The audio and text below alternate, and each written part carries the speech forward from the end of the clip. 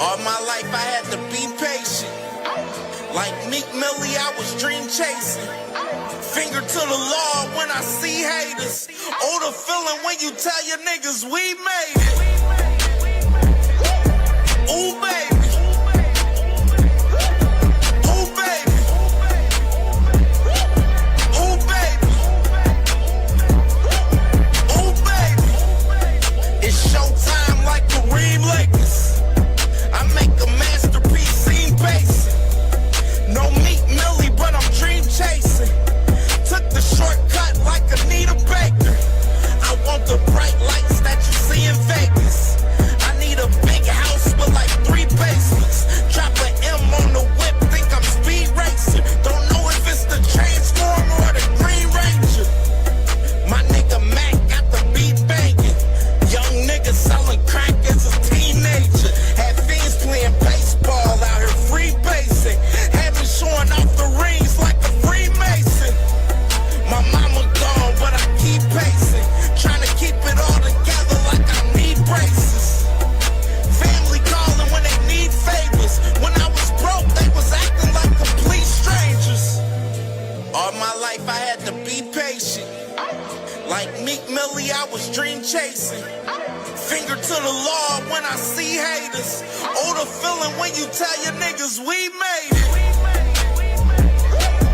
Ooh, baby. Ooh, baby. Ooh, baby. Ooh, baby. Rest in peace, the Nippy was the street savior. Got my credit right now, I need acres. Gotta turn your dirty money into clean paper. Trying to own a franchise without a key player. I go through hoes like I weave laces. Tree blazers, let they mama noodles be flavored. Meat takers that be acting like the D sacred. You bust in, you would think they on their knees praying. Then I slide like a screensaver. When I'm done, make some scrambled eggs, cheese bacon. Then it's on to the next, I ain't a speed dater. Little bitch ain't gon' hear from me till weeks later. I don't see no things changing. Kids still dodging bullets like they seen Matrix. These young niggas really need saving, but OGs won't teach them that the street's dangerous. All my life I had to be patient. Like Meek Millie, I was dream chasing. Finger to the law when I see haters. Oh, the feeling when you tell your niggas we made it. Ooh, baby. Attention, all boxing fans. Have you ever been to a live fight event? Have you ever seen the leather fly live? Have you ever heard those punches in person? Well, we're trying to give you a chance to do just that. Here at the Angry White Man Boxing Podcast, we're raffling off a ringside seat to see Abdullah Mason, Scooter Davis, Shoo Carrington, and Tiger Johnson, all fighting on the same card in Cleveland on the 4th of July. There will most certainly be fireworks in Cleveland, and we're inviting you to the cookout. For a $10 raffle ticket and your chance to win a ringside seat to get to see all the action live. The event will be taking place at the Wolstein Center on the campus of Cleveland State University in Cleveland, Ohio. All entries will be taken in Cash App or PayPal at D1AWM. That's Cash App or PayPal at D1AWM. Leave your name on the notes. One entry for $10, 3 for $25, and you will be officially entered. We gave away a tank. Man, what's up with this meeting? Why are we here? Guys, I have brought you here today to propose my plan. I don't like to lose. This is my plan to prevent all of us from losing. Let's pretend we are brothers. We won't have to fight each other. I made a contract to make sure we all agree to not fight each other. Each other. Yo, that's a good idea. Let's do it. But Shakur, we are in the same division. What will we do if we're forced to fight? Listen, I will get all of the belts for us. You tell everyone you don't care about the belts. That way, no one can force us to fight, brother. But Shaka, what if I outgrow my division and I have to move up to yours? Listen, little Ray Ray, when I move up, you move up. and come train at my gym so that we will never fight. What about us, Shakur? We are both champions at 140. Gary, tell him you want to fight me last. When the time comes, I will move divisions, little bro. Shakur, what about when you move up? I don't want to fight you, bro. Richardson, sign to Zuffa so that we won't fight. Before you sign, call me out so that it is not suspicious. Now sign the contract to be boxing brothers. Why they want me here so bad? We are not friends. Man, I'm going after all of y'all. There's no friends in boxing, clowns. Abdullah, no, please. I won't let these frauds ruin boxing. I'll go after all.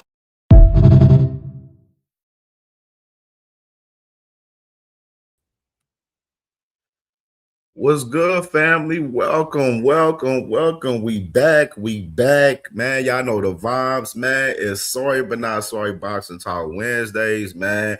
We here with it. We excited for the day, man, to talk about this good old boxing today, man, for sure, man. Appreciate everybody, man, and the support, man, and the love, man, for sure. Like yesterday, I had a badass day yesterday, but we much better. We good today, you feel me? We good, you know what I'm saying? But welcome to the dark side, the real dark side. You feel me? You know what I'm saying? We lit today, man. Let's get it cracking, man. You know what I mean? A lot of shit been going on in boxing over the last couple of days.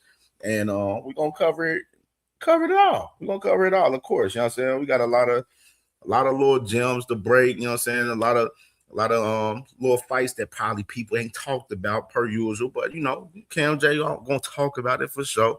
And we lit with it today, man, for sure, man, today, man. So salute to everyone. Hope everyone is feeling good and having a great Wednesday today, man. And let's get it cracking, man. Let me salute to the family, man, in the building, man, for sure. Y'all made my brother Cash Crypto in the building. Y'all heard my brother, man. He said, hit the like button with your looking asses, man. Hit the like button, man. Hit the like button. Most definitely, man. Sorry But Not Sorry Boxing Talk Wednesdays, man. We here with it, you feel me? And my brother, all things, y'all heard my brother, man. Smash the like button, man. Please do smash the like button. Still going through this appeal situation with the monetization. So everybody support the channel through $ CamJNetwork today. You feel me? You know what I'm saying? We still working on this appeal, but it will, in due time, we'll have it together. You know what I'm saying? As far as the monetization, it's definitely frustrating on my behalf because I had a great month this past month. You feel me? But definitely, that's due to y'all. You know what I'm saying? Due to y'all, the support and love from y'all. You know what I mean? For sure. You know what I mean? And we're going to get this monetization back rolling, you know what I mean? So definitely on that. Miss Joette in the building. Salute to my sister, Miss Joette. Yeah, most definitely. Everything is good, man. Everything is good. Salute to you, sis, for sure. You already know the vibes. You know what I mean? Lee Jackson in the building. Salute to my brother, man. What's good with you, my boy, man? Hope you doing well today, you heard. My brother on a money line in the building, man. Salute to on a money line. What's good, man? And my brother JJ in the building. What's good with you, bro? What's popping? What's popping? Opulent LDTV in the building, man. What's good with my brother? Make sure y'all subscribe to my brother Opulent LDTV as well, man. Brother putting in that work over there for showing the sports and entertainment, man. For sure, you heard. And who else in the building? Scroll down some more. Y'all heard my brother JJ, man. He said, first thing, hit the like button. Follow suit, chat, man. Definitely, most definitely. Follow suit. You know what I mean? Y'all already know the goal, 50 plus likes. You know what I mean? Before the show in, you heard.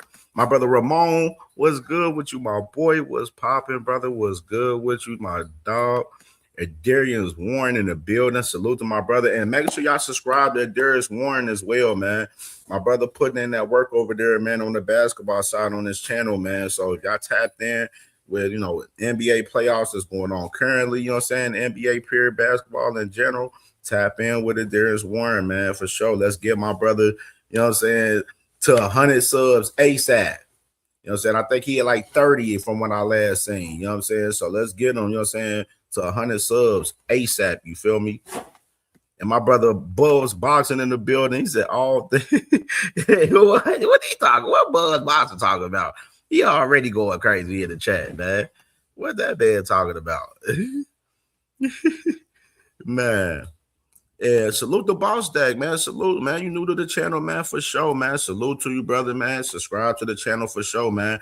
Putting in that work over here, man, for sure. We active, you dig, for sure. You definitely gonna enjoy the content, most definitely. You heard. Yeah, hey, you know what I'm saying? JJ, what JJ said? JJ said Roy Jones was, man, like, he say good money today ain't good money tomorrow. He knows the American economy, world economy going to shit. We gonna talk about it. We gonna talk about it. We gonna talk about it. We most definitely gonna talk about it. Fredo, what's good with you, my boy? What's popping, brother? What's good with my dog Fredo? Coach Eddie in the building. Salute to Coach Eddie, man. What's good, my boy? What's popping? And my brother, Mr. Arthuristics in the building, man. What's popping? It's 513 day, man. 513 day for sure, man. Y'all already know the vibe, Cincinnati shit. You did for sure, man. And so, man, yeah, a lot of shit, you know what I'm saying? We didn't get to recap the fights from this past week, man. From this weekend, man. I want to say this too to start off with too. The fights for as Queensberry, I gotta tip my hat off to Queensberry. Queensberry put on a great event this past Saturday. I gotta tip my hat off to them guys, man. They put on a great event. I enjoyed these fights, man. There was some bangers. Motherfuckers was getting out of there. Bye-bye. Getting packed up on this card, man. A lot of great fights, man, for sure. And kind of just want to recap a little bit going through what these guys had going on in particular. But I mean, Queensberry, of course, you had, I was 8 what was my record this weekend? I was 8-4, man. There's a couple crazy little fights, man, this week, man. The surprise was Morrell getting stopped. We talked about that live on the show when we was live this past weekend, you feel me, where Morrell got stopped, that was nasty working itself. A lot of people down and out over Morrell, talk about Morrell is done and everything, you know what I'm saying? I don't like the flag. Morrell's getting crazy right now, honestly. I gotta be real. Like, you know what I'm saying? Like, and that's the problem that we have with boxing for real. And a lot of fans be quick to throw away a fighter after one fucking loss. You know what I mean?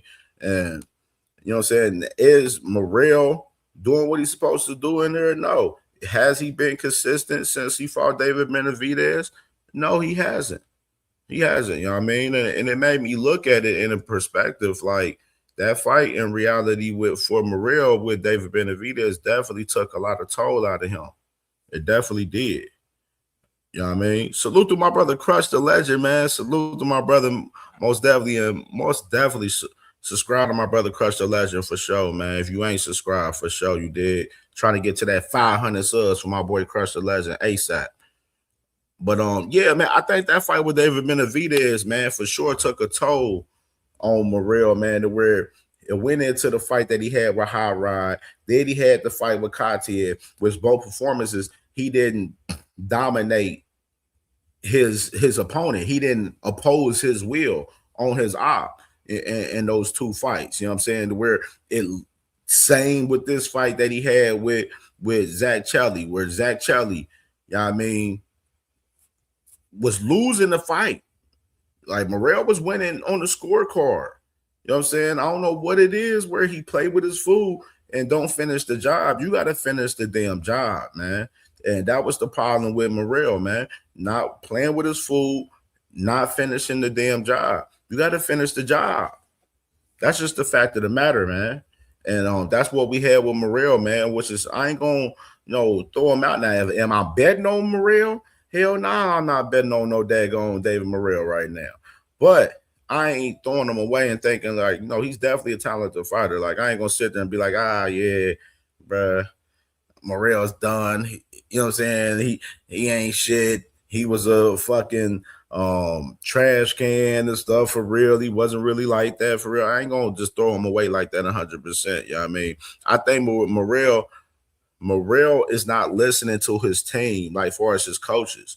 Like him switching from Ronnie Shields to Ishmael Salas, it was, in my opinion, wasn't no reason for Morrell to switch from Ronnie Shields to Ishmael Salas because he's doing the same shit. He's not listening to his corner when he's in these fights. And it's clearly showing for sure in the last 3 performances that he's had, you know what I mean, for sure. So definitely nasty work on Morrell's behalf. I want to say that for sure.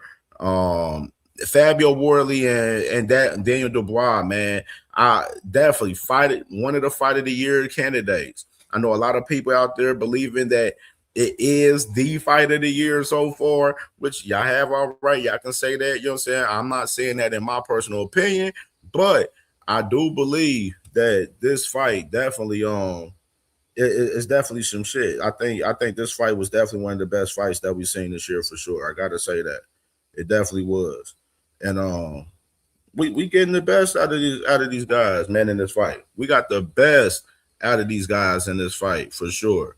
The best, man. And I got to salute Daniel Dubois for, going in there, got knocked down in the first round, and then, got back up and went to work, man, and ended up stopping Worley in this fight, man. Which, I tip my hat off to Fabio Worley for, being a warrior, going out on his fucking shield in the fight. You know what I'm saying? He didn't want the fight, the end, but it was time. It was time, bro. It was time, man. But Fabio Worley, one thing it was crazy when going over this fight and we was kind of, looking at the build-up between these two guys. I thought in retrospect, like, this Daniel Dubois is more skilled than Worley, which it made me think Daniel Dubois should win the fight with the skill. That's why it was a real 50-50 fight, because you didn't know about the mental of Daniel Dubois and whether you didn't know about the skill of Worley, which, it showed that the skill set with Worley didn't match up with Daniel Dubois. You know what I'm saying? Daniel Dubois had the better skill set and had the better will in this fight, man. And you got to tip your head off to Daniel Dubois. Now, crazy part, though. Salute to my brother Dondrick there in the building. Salute, bro. Was good, brother. Was good. And salute to my brother Desmond Johnson in the building, man. What's popping, my boy? What's popping, man? But yeah, man. I think the crazy part. I seen Ring Magazine, man. They do their little weekly rankings with these weight classes and everything, where they got Daniel Dubois behind Usyk, like, as far as Usyk being the top guy in the Ring Magazine, and then they got Daniel Dubois like right behind Usyk and shit. Was just like, hey, it is what it is, man. I don't know, man, but I definitely tip my hat off to the boy Daniel Dubois, man, for getting it done, man, this weekend, man, for sure. And the other, oh yeah, we can briefly do that real quick. The other fight from Saturday night, Atif Overton, he got a stoppage in his fight, man. He looked good in his performance, man. Bryce Taylor won his fight for sure. You know what I mean? That was the other fight that we had Saturday night. Zuffa Sunday. The event was mid. I'm gonna be honest. The Zuffa event Sunday was mid to me. It was a couple good scraps, but overall, it was kind of mid to me. The fight with Raffle Haney, I felt like he got robbed bad in that fight. You know what I mean? That was a bad robbery in that fight. Like, Haney, I felt like he was winning clearly on the scorecards, and they had the man losing by split decision in that fight, which that was nasty work to me, in my opinion. Fucking Julian Rodriguez, he looked sharp in his fight. I gotta salute to Julian Rodriguez, definitely, for him doing what he did in his fight for sure. Tim Curry, what's good, bro? What's popping? And Shane Mosley Jr., man, I'm sorry, boy, Chuck, man. It was a good scrap, man. So Shane Mosley got the stoppage over Sarhi Boychuk, man, which was kind of surprising for the boxing culture this past weekend, man. So, yeah, that was the fights that we had this past weekend. Salute to Shane Mosley on his win. Salute to Julian Rodriguez. And overall, the Zuffa event it was a mid-event, man. It was a mid-event to me. Like, wasn't nothing really crazy or nothing, like, you know what I mean? So, I don't know. That's why I'm saying, y'all guys, hey, that's y'all guys, man. Y'all be gassing this shit. But some of y'all niggas ain't even really watching these fucking fights for real, from these guys that y'all waving the flag for. But let me get to this shit real quick. I want to show Mr. Dana White. Let's start this off real quick. Let me pull it up.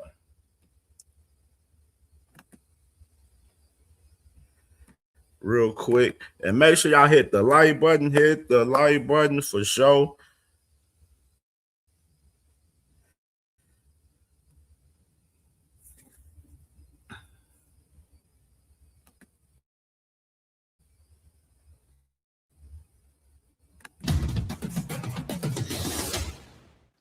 This is for educational purposes. Yeah, I mean, make sure y'all like, subscribe to Fight Hub TV as well, man. Got to point that out as well, man, for YouTube purposes right there. All right, gang. Shane Mosley, Ivan Ortiz, performance of the night, and then the fight of the night was Rodriguez and Katz. They won the bonuses. Congrats to them. He got right in the pocket, traded with them, and fought the type of fight that favors Bochuk and got the finish.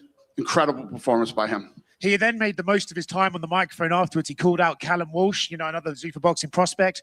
I think Callum's got a fight coming up, but is that something you'd like to match up, these sort of fights already? Well, the fortunate thing for Callum is everybody wants to fight him, and there's lots of great matchups for him. So we'll get it figured out. Is this where we're starting to see the Zuffa Boxing plan take shape, right? You've got guys that you're bringing in, they're having performances, and then they will start matching up with each other based on the names they've already produced. Yeah, I mean, when the best fight the best, that's what everybody wants to see. A great card, top to bottom, with lots of up-and-coming prospects, lots of undefeated guys fighting undefeated guys. Nobody has to worry about being cut or their money being changed with a loss. And, Look at that. Look at it. We just had to pause his face right there. Look at his face. Don't that look like a lying motherfucker right there? Hey, come on, man. Stop the presses, man. Stop the fucking presses. Look at this dude talking about nobody have to worry about their money getting cut or after a loss or whatsoever. Like he's trying to throw shade at some of the other guys on some little slight shit. You know what I mean? But we'll see, because y'all gonna be doing the same thing. Y'all already cutting, doing this. Y'all doing this. The shit you talking about is what y'all do with UFC fighters. Just reading the room here. You know what I mean? Come on now. That's how it works. Cornelius Burner was good, bro. Was popping. I did. Was that Oscar De La Hoya said that was it, right? It was contractually What did Oscar De La Hoya say? I think I'm right. Nothing smart. I think he said that you could alter their pay if they lose a fight here in Zuffa Boxing. Why would you even quote Oscar De La Hoya? I mean, we have the same name. I get excited sometimes. You know what I mean? You were about to take this show on the road to England, to Bournemouth, with a traveling show for the first time. What is the thought process behind that? Why did you pick Bournemouth, and talk to us about going on the road for the first time? What's the question? You're taking Zuffa Boxing to the UK. Right, Talk to us about that process. Yeah, I mean, we have an incredible Sky deal, so we're going to do a lot of fights over in the UK. Do you feel like that's going to be one of your major markets? Realistically, over the last, 15, 20 years, boxing has become a European sport. I mean, it definitely doesn't have the same power it had in the United States in the 90s and early 2000s. Interesting perspective from him. And y'all gotta look at the context of him saying that. He believes that boxing is really ran currently through the Europe right now. And it's lost its luster for us, America in particular. That's a real interesting perspective from Dana White in particular right there. You know what I mean? And look at what they're doing. They got the Sky Sports deal, and they're already setting up fights for the UK and everything right now already. They got probably like 3-4 fights already in motion for the UK already. You know what I mean? We're going to be a bit cheeky with this one. Being that you are promoting Tyson Fury, Anthony Joshua, can you tell us where that fight will be taking place? Where will be taking place? Where will the Joshua Fury fight? One hitter quitter was good, my boy was popping. Yeah, bro. You You know what I'm saying? Y'all just gotta listen real closely to what some of these guys be saying. They be saying slick shit on some like in between, like it's like they build up bars, be some punchlines. You know what I'm saying? As far as like the rappers, well, we looking for the punchline and stuff. Some of the build up bars be more important leading up to the punch. You know what I'm saying? And that's the same thing with some of these guys in these interviews. Place. I'm going to leave this one alone. Apparently, I'm not the promoter for that fight, according to. Well, actually, I saw guys. Yeah, Frank Warren said that it's not in Tyson Fury's contract that Dana White is the promoter for the fight between Tyson Fury and AJ. And now you got Dana White, because Dana White, he came out and said that he was going to be the promoter for that fight.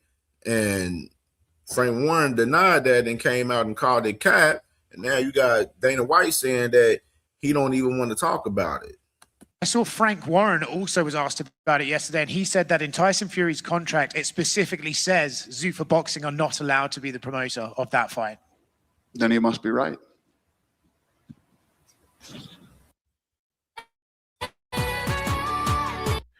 Yeah, look at him. He talking about he must be right. Hey, and the crazy part, the man for the fight with Conor Ben and Tyson Fury right there that just happened.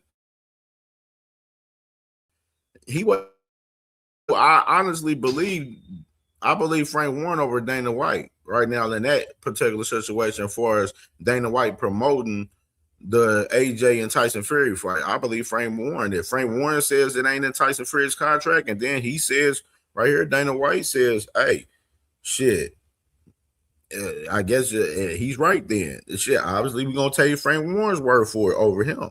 You know what I'm saying? Warren starting this was good, bro. Was popping. Yeah. Chris Mannix put out there that Shakur Stevenson is coming over to Zuffa. Is that any validity to that one? Did we announce that Shakur Stevenson? No. Possibly. Listen, at the end of the day, I think that everybody's going to be here at Zuffa Boxing. Blaze, what's good, bro? Hey, run that back. Run it back. Run the clip back, man. Run it back. Listen, at the end of the day, I think that everybody's going to be here at Zuffa Boxing. Including Devin Haney after Stevenson? No. Possible. Is coming over to Zuffa. Is that any validity to that one? Did we announce that Shakur Stevenson? No. Possibly. Listen, at the end of the day, I think that everybody's going to be here at Zuffa Boxing. Including Devin Haney after his dad put out that cryptic $100 million contract message. I think that everybody's going to be at Zuffa Boxing eventually.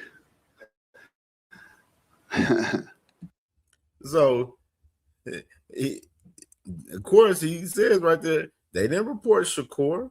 And then, of course, he talk about he believed everyone is going to be over at Zuffa Boxing right here. You know what I mean? Y'all crazy. Shakur Devin one day. Well, what I said was last night, too, I said, at the end of 2026, right? I mean, most of you guys were here for the first press conference that we had. I said, judges, by our body of work as we head into D-Free Quadir, what's good with my boys, man? What's good? D-Free and Quadir, what's popping, man? 27. So,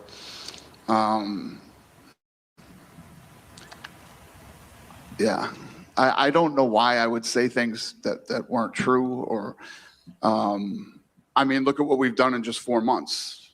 Look at tonight. And look at the what have you done?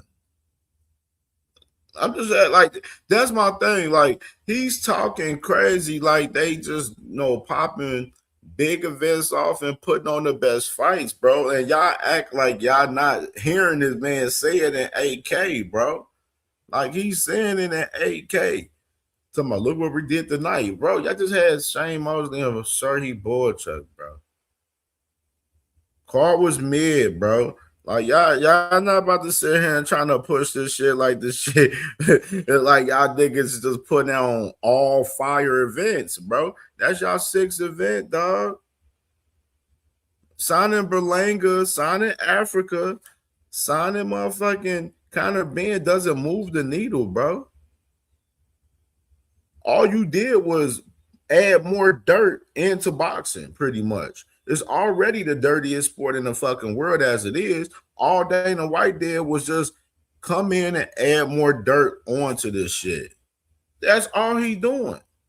That's all Zuffa Boxing is, pretty much. More dirt on the sport of boxing, man. But it's in a fucked up way for the future, as far as the other guys coming up. You know what I mean? It's up to them guys that like the Shakurs and the Devins to decide if they want to be over there with Zuffa Boxing or do they thing on the other side with the other guys or whatever they gonna do. But like I said, if you look at the landscape right now, ain't the best fighting the best over there is Zuffa, bro. You know what I'm saying? That's just the fact of the fucking matter, bro. Like, you know what I mean? And we gonna get into, a little bit more, man, of this shit with Dana for sure. And let's get into a little commercial break since my brother Big Dre just popped in the building, man, for sure. And let's do it. Let's do it. Attention, all boxing fans. Have you ever been to a live fight event? Have you ever seen the leather fly live? Have you ever heard those punches in person? Well, we're trying to give you a chance to do just that. Here at the Angry White Man Boxing Podcast, we're raffling off a ringside seat to see Abdullah Mason, Scooter Davis, Shoo Carrington, and Tiger Johnson, all fighting on the same card in Cleveland on the 4th of July. There will most certainly be fireworks in Cleveland, and we're inviting you to the cookout. For a $10 raffle ticket and your chance to win a ringside seat to get to see all the action live. The event will be taking place at the Wolstein Center on the campus of Cleveland State University in Cleveland, Ohio. All entries will be taken in Cash App or PayPal at D1AWM. That's Cash App or PayPal at D1AWM. Leave your name on the notes. One entry for $10, 3 for $25, and you will be officially entered. We gave away a tank ticket. Now we're giving away future superstars Abdullah Mason and Scooter Davis. Tap in with your boys Friday night at 8 Eastern Standard Time, and thank you so much for listening.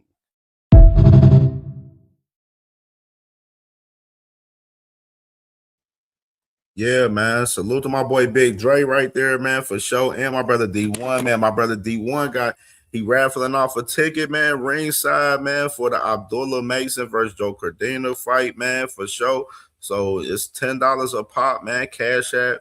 You know what I'm saying? My brother D1 and y'all trying to tap in and get y'all ticket for this fight, man. I'm telling you, July 4th is going to be crazy, man. It's gonna be crazy, dog. CamJ gonna be in the building, man. And who else in the Cornelius Byrne? They gonna be in the building. I know Mr. Arthur Rizzi gonna be in the building. D1, my brother TD Sports Talk, man. A whole bunch of us, man, gonna be in the building, man. July 4th, man. So if y'all trying to get in the building and trying to get y'all ticket, man, y'all can tap in with the raffle with my brother D1, man, for sure, man. The Angry White Man Boxing Podcast, man. He got a ringside ticket, man. Raffle, so tap in with my brother, man, and be in the building for July 4th, man. Y'all get to see your boy CamJ, man. We get to smoke some weed, drink, kick it, and all that one shit, you feel me? You know what I mean? Good shit, you dig? So, for sure, man. Definitely. And let's get to some of this business, man. Some of this other business that we got. And just to start off, for sure. No evidence. Salute to my brother, man. What's good, gang? What's poppin', man? So this week, what we got going this week, man, for sure. Hey, the fight is here, man. Karen Trukadazian, man, 147. Patty Donovan, man, this Friday, May 15, man, out there in Germany, man. It's going down. The IBF 147-pound eliminator is going down this Friday, man. They say 12 p.m. So this is one of those afternoonish type fights Friday right here. So definitely I'll be tapped in for show Friday to this fight for sure with Karen Trukadazian and Patty Donovan. The winner of this fight will face the winner of this fight that just got reannounced right here for us, the postponement of this fight. Lewis Crocker, Leon Pyro going down June 24th, man, is going down right here.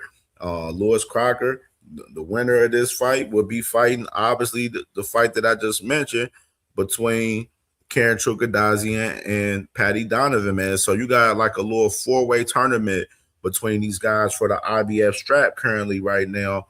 And it's going down, man. It's going to be lit this Friday, man. I know a lot of people have Karen Trukadazian in conversations at 147 with certain names and everything.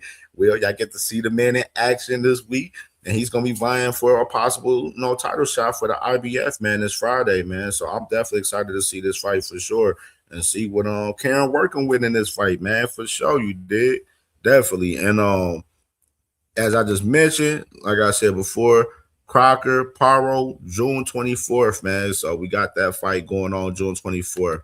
Four-way tournament between those guys for the IBS strap right there. And, of course, as well this week, Dave Allen, Philip Herkovic, this Saturday, man, May 16th. This is one of those afternoon fights. It's in the UK. Big fight for the heavyweight division right here, of course.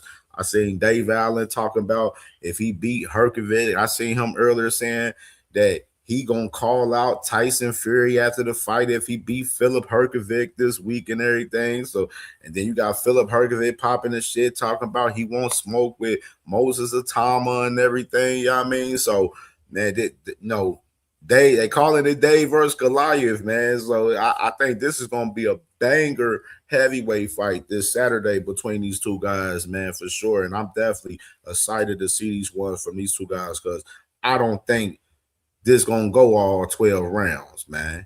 This ain't going all 12, man. Somebody getting stopped in this fight, man, just like with the Worley and the Dubois fight, man, for real. This is another one of those 50-50 fights, in my opinion, for us.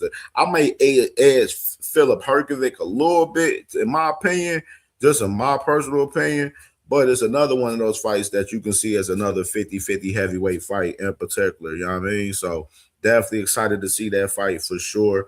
And of course, man, Keyshawn Davis is back in action, man, with a guy that people's claiming as a rivalry of himself right now, personally, and Nair Albright, man, and personally this Saturday in Virginia.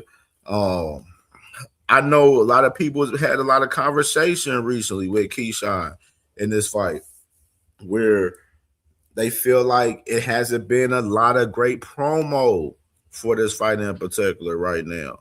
And man, I don't know. Thrill Hill was good, bro. Was popping, bro. Was popping Thrill Hill. Yeah, man. I can see where y'all can say some of the promo is a little lackluster for sure. You know what I mean? The promo is definitely a little lackluster in a sense.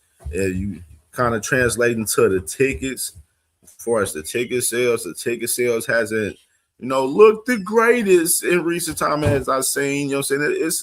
It's a nice crowd that they're going to be bringing in, but it's not like the crowd that we would have seen from Keyshawn. Like the crowd we would have seen from Keyshawn for the De Los Santos fight was going to be crazy. You know what I'm saying? But we didn't get to see it because he ended up fighting the man. But a little interesting, though, for us, this fight, man. For us, the promo is definitely going down.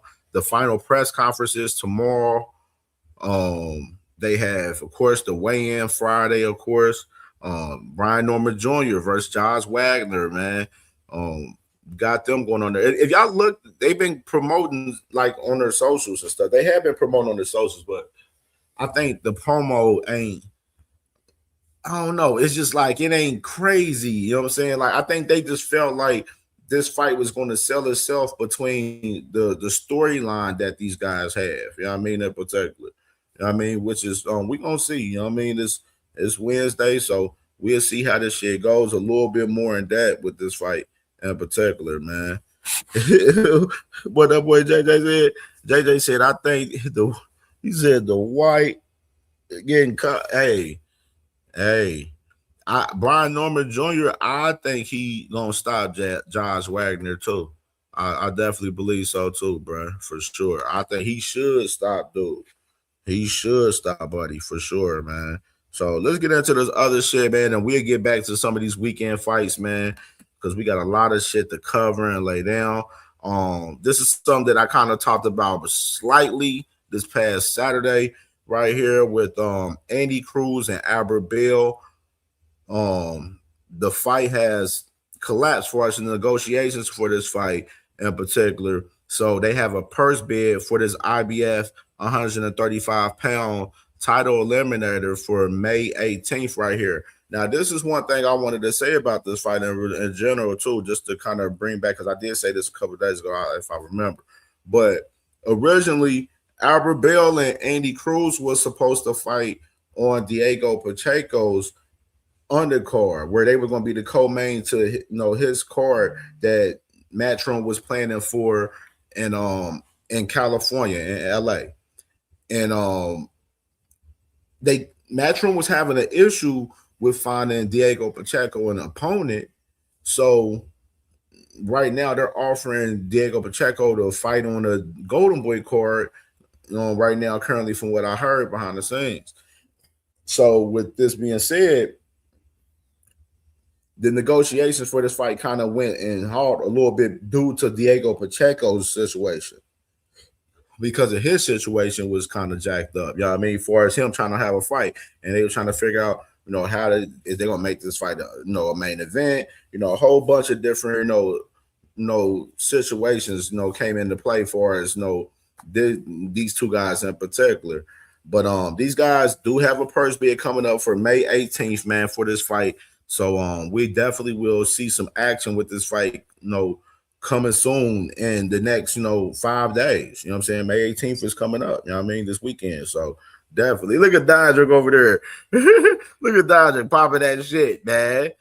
Popping that shit. There you go with that bullshit. Oh, my Lord, Albert, hey, man. Hey, that man, hey. Andy Cruz got to get that smoke, man. You got to get that smoke, dog, for sure. You feel me? You know what I'm saying? He got to get smoked. You dig? So, purse bid for these guys, May 18th, man, and we'll stay tuned in, to this situation for sure, man.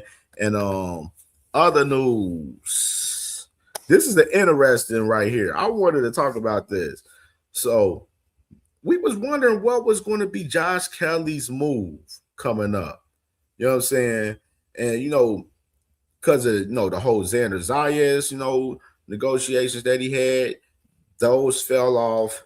Then, of course, he was reported that they was, in early talks with Fundora, which looked like those negotiations that fell off. And now you have it right here with Josh Kelly with Agyarko right here, bro, which is, remember what I talked about at Agyarko in recent time, man. He was supposed to fight Brandon Adams a little bit over a month ago, but the fight got canceled because Brandon Adams ended up having chest pains and collapsed to the floor to where he had to get rushed to the hospital. So that fight fell off.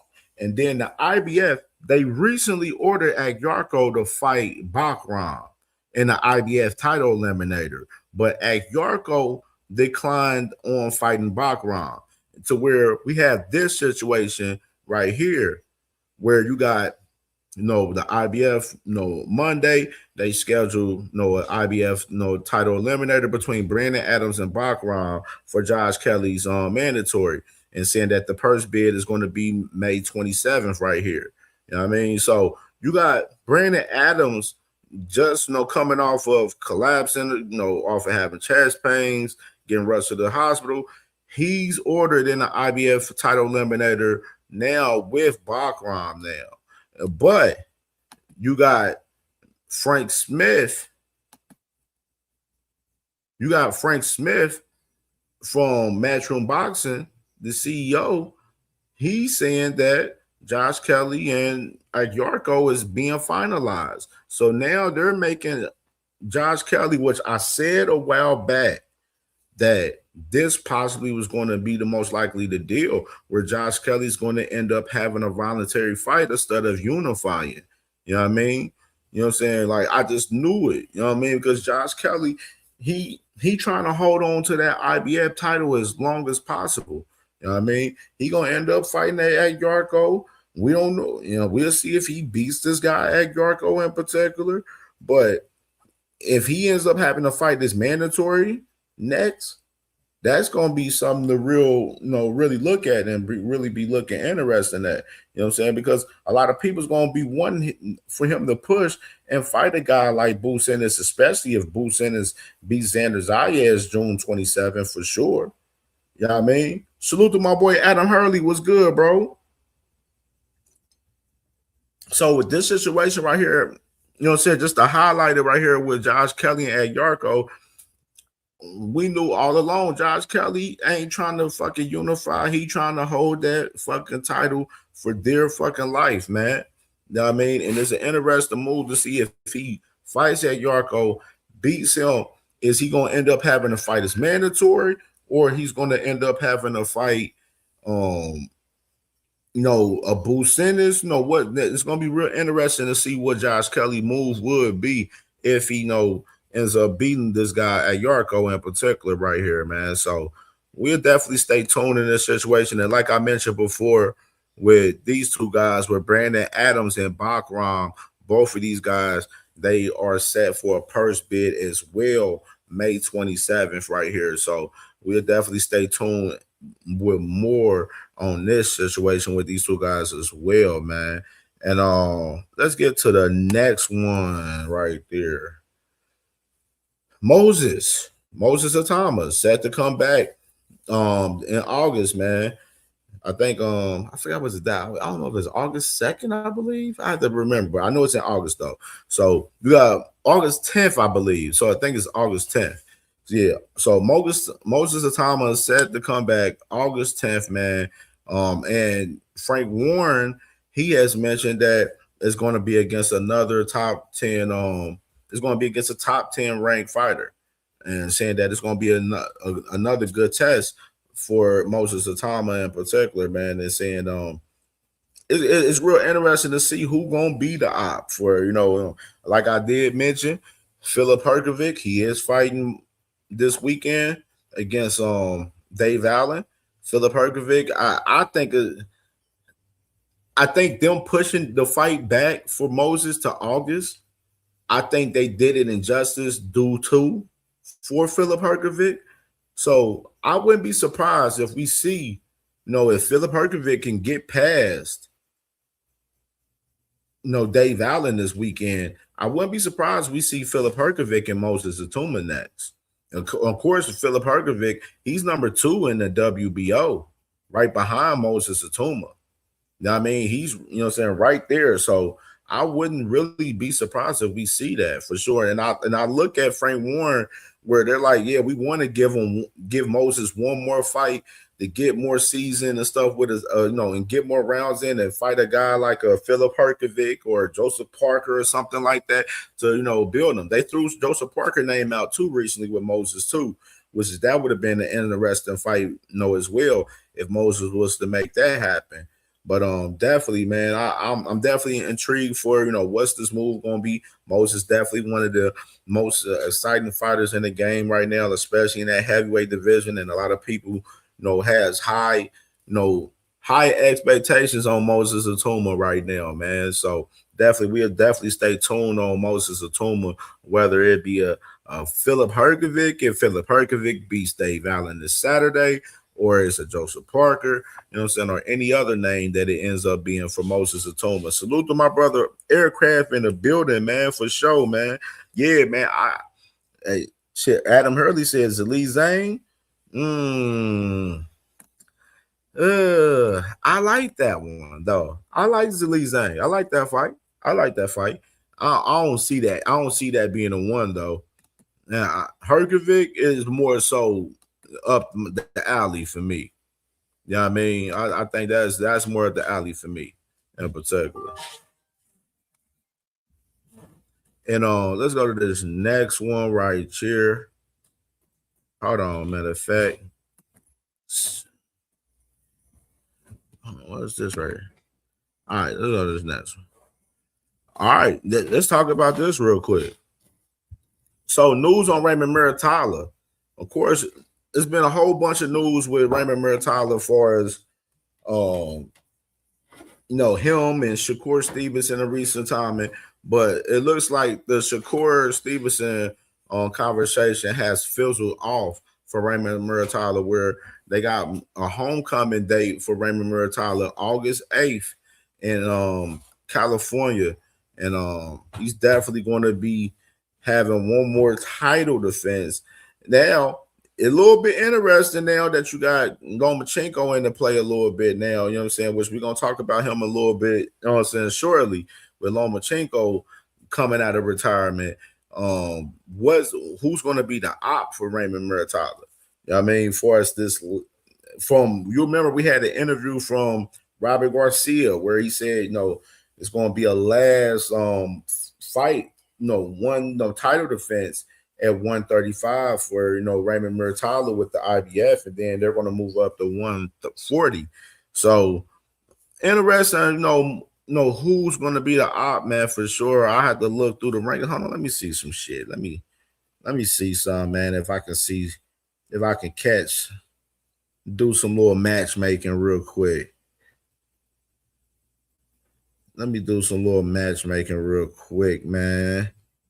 Oh, hold on. Let me do the rankings. I ain't going to pull it up on the screen. Boss rankings. Let me see. 135 with the IBF.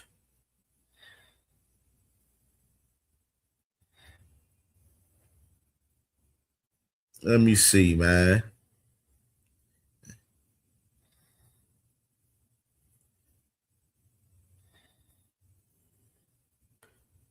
They keep kicking me off on this shit. That's crazy. Hold on, let me see. Let me pull it up on go through the IBF then.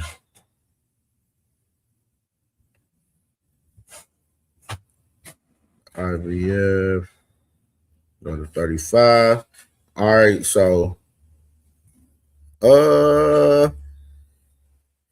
Mark, so you got this for the IBF at 135, you got this guy named Artur Subhankalov from Russia. He's number 2. Of course, number 1 is not rated for the IBF. They don't sometimes the IBF don't rate number 1 and 2 sometimes in particular, if anybody noticed. Of course, Abrabel is number 3. Andy Cruz is number 4, which is both of those guys, which we already talked about, that both of those guys is fighting in the title eliminator right there, of course. Alan Chavez, you know what I'm saying? That's an interesting name. Of course, Alan Chavez is a guy that's with Golden Boy, which he's coming off a crazy knockout against Miguel Medueno a couple weeks ago, which is that's interesting right there, that he's number 5. Coach Joe Cardina, he's obviously he's fighting Abdullah Mason July 4th, so that ain't happening, obviously. Dmitry Asanov, he's number 8. I don't see that being the guy. You got Cool Boy. They got Cool Boy ranked at 135 with the IBF at number 9, man. That's interesting right there. You know what I'm saying? So they got Cool Boy right there, number 9.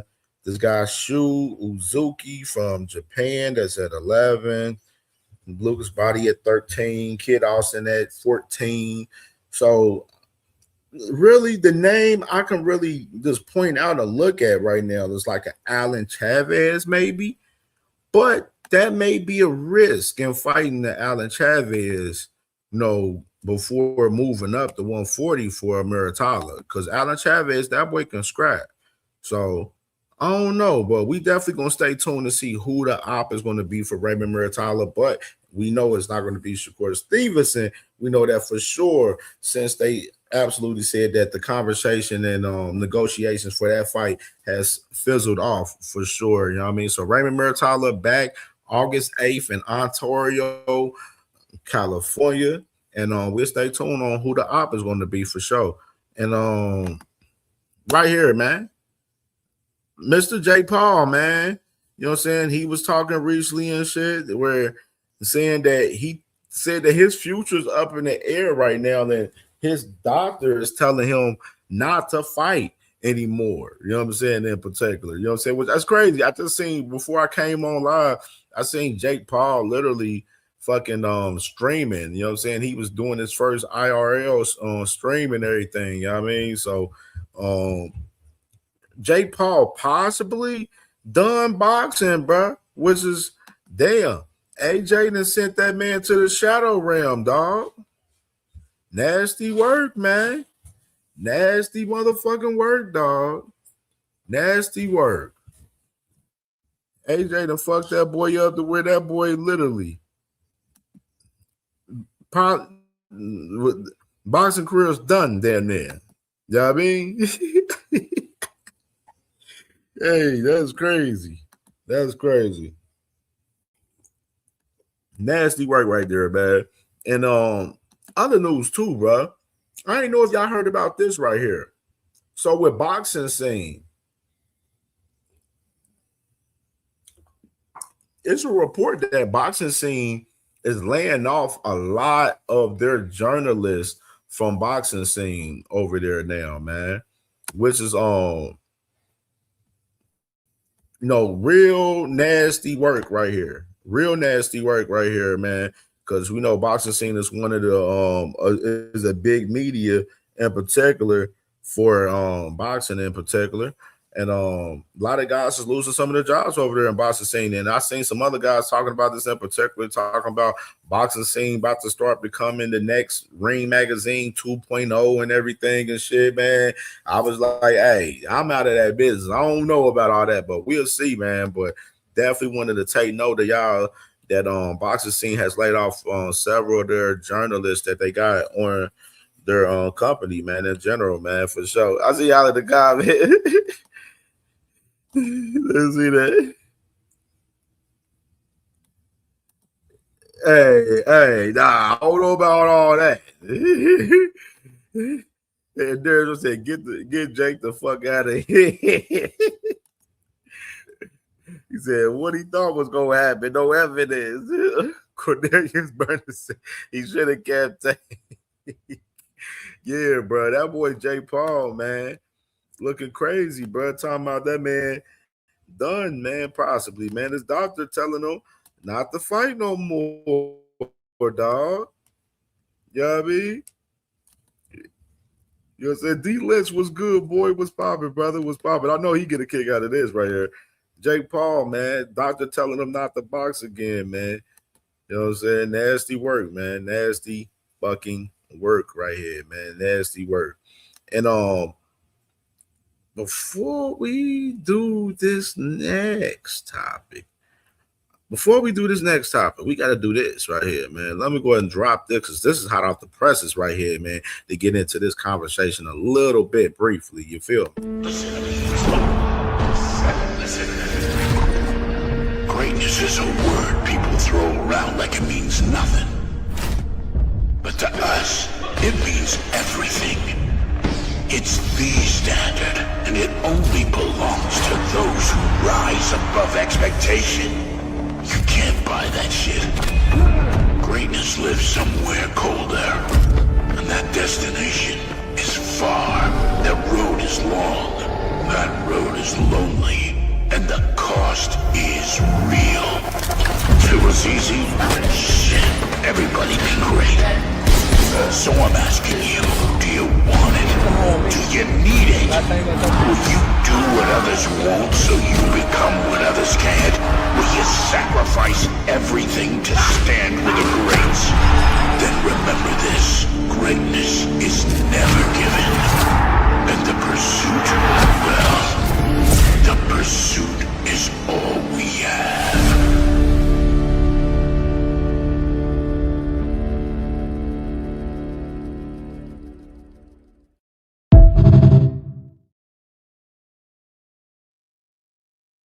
Man, boy, the boys Hey, that shit was fire right there. That promo was fire.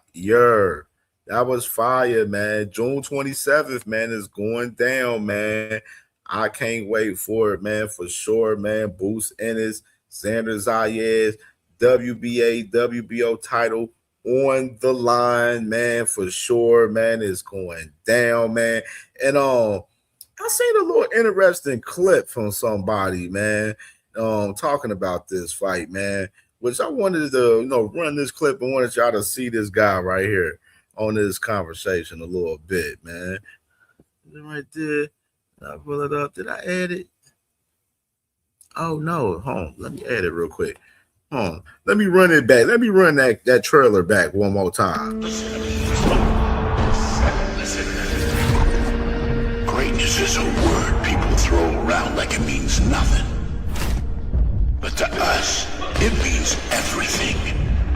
It's the standard, and it only belongs to those who rise above expectation. You can't buy that shit. Greatness lives somewhere colder, and that destination is far. That road is long, that road is lonely, and the cost is real. If it was easy, shit, everybody be great. So I'm asking you, do you want it? Do you need it? Will you do what others won't so you become what others can't? Will you sacrifice everything to stand with the greats? Then remember this, greatness is never given. And the pursuit, well, the pursuit is all we have.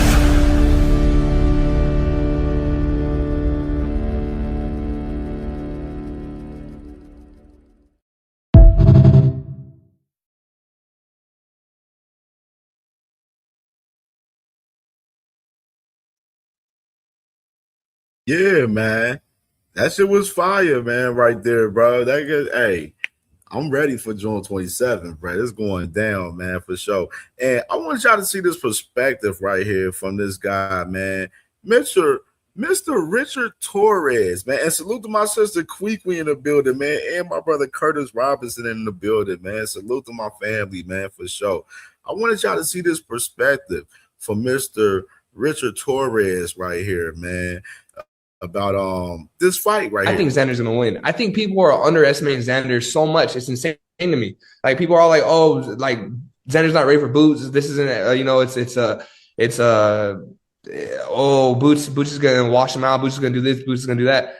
Xander's a world champ, a multiple belt world champ, and he's showcased who he is time and time again. I think people are just like washing him out or like overlooking him because he's so young, but I'm giving it to Xander. I think Xander's his boxing ability, his ring IQ, his presence, his just stature. I think it's going to be tough for anybody to beat him. And so I'm excited for this fight. And I think it's going to be a great fight. I think it's going to be a competitive fight. But my money's on Xander.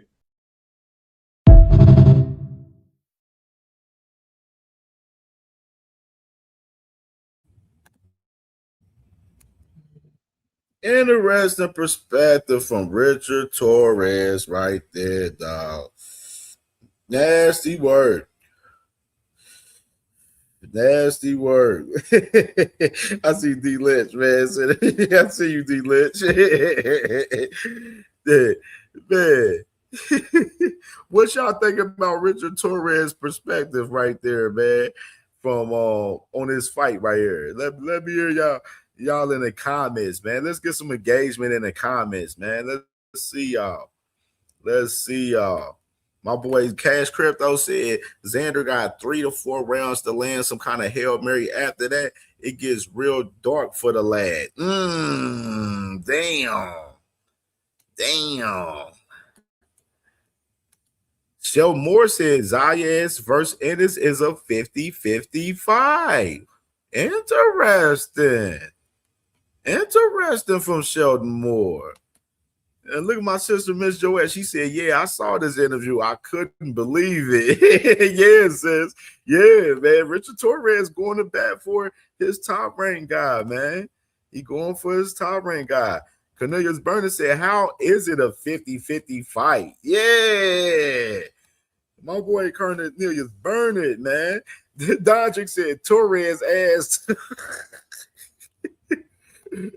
But Jorgen said they try to make it as hard as possible for Xander mentally in hopes he fold in there or at the moment. Yeah, man. You know what I'm saying? That boy Richard Torres going back. He going to bat for his guy, man. JJ said, I say it's a 70-30 favoring Booth. Okay. Dodger said, he said a whole bunch of nothing. Sean Moore said Richard riding with his Latino roots. Yeah, he is, man. He is, man.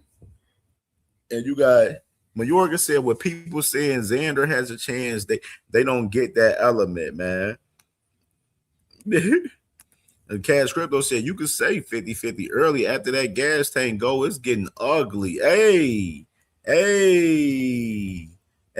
now. Cash Crypto. Hey, now. No evidence said Richard Torres up there looking like Zoolander.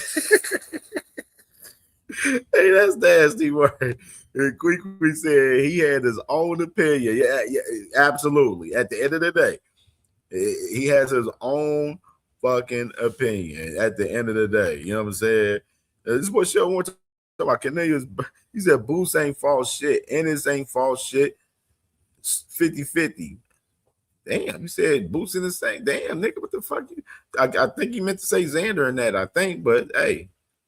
But that showed more stance on that, though. But a lot of people don't view this as 50-50. Vegas doesn't view this as 50-50. You know what I mean? So, no, it is not 50-50 in my opinion. You know what I'm saying? I would love to say it's 50-50, but it's not 50-50, Sheldon Moore. That's just the fact of the fucking matter. Vegas don't believe it's 50-50. Huh, what's the odds now? Let me check out the odds while we talking about it, man. Why are we talking about it? What is the odds for this fight, by the way? Just sitting here thinking about it. What's the odds?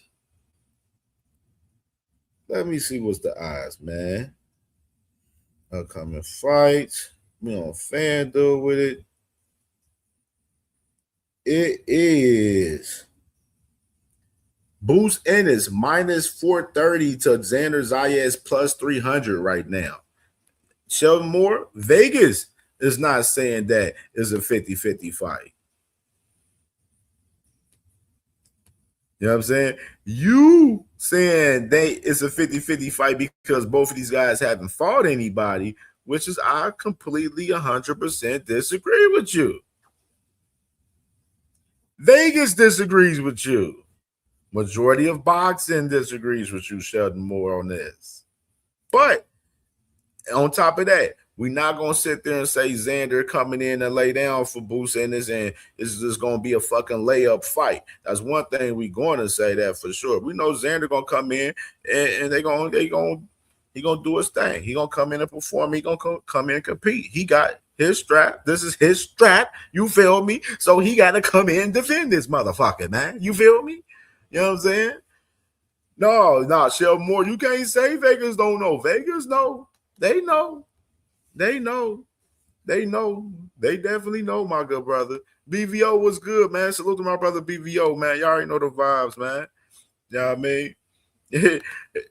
That boy BVO said Boost is going to punish Zayas. Damn. No evidence said, let's go Xander. Who wants it? I want the 500, 100. Cornelius said, I got 100 for Boost. What you mean? He got the dollar, man. What's popping, man? Who want to bet it, man? Gets my boy Cornelius burning. You feel me? Fuck is you talking about, man? Hey, you all right about that? You know what I'm saying? Not CamJ, but you all right about that, though. You all right about that? But I'm just saying, yeah. Some of the great minds in boxing, I should say. Let me reference that. And salute to my brother J-Man in the building, man. Cincinnati in the building, man. It's 513 day, man, in the city. You feel me? You know what I mean? The great minds in boxing don't believe this is a 50-50 fight. That's just the fact of the matter, Sheldon Moore. That's all I'm saying, my good brother. That's all I'm saying, my good brother. That's all I'm saying. You know what I mean? So, all right, let's move forward. Let's move forward, man. Let's move forward. All righty, man. Let's get it. Let's talk about it. Ring Magazine, Mike Coppinger reports the man Lomachenko coming out of retirement, targeting a return in the fall of 2026. His contract with Top Rank expired yesterday, to where he's now a promotional free agent seeking the best fights possible, saying that he don't want no tune-ups. He want big money fights, big bags. Lomachenko come back for the bag. Let's talk about it. Yes. What y'all think about this? Y'all let me know in the comments. How do y'all feel about Lomachenko back, coming out of retirement, man? After his daggone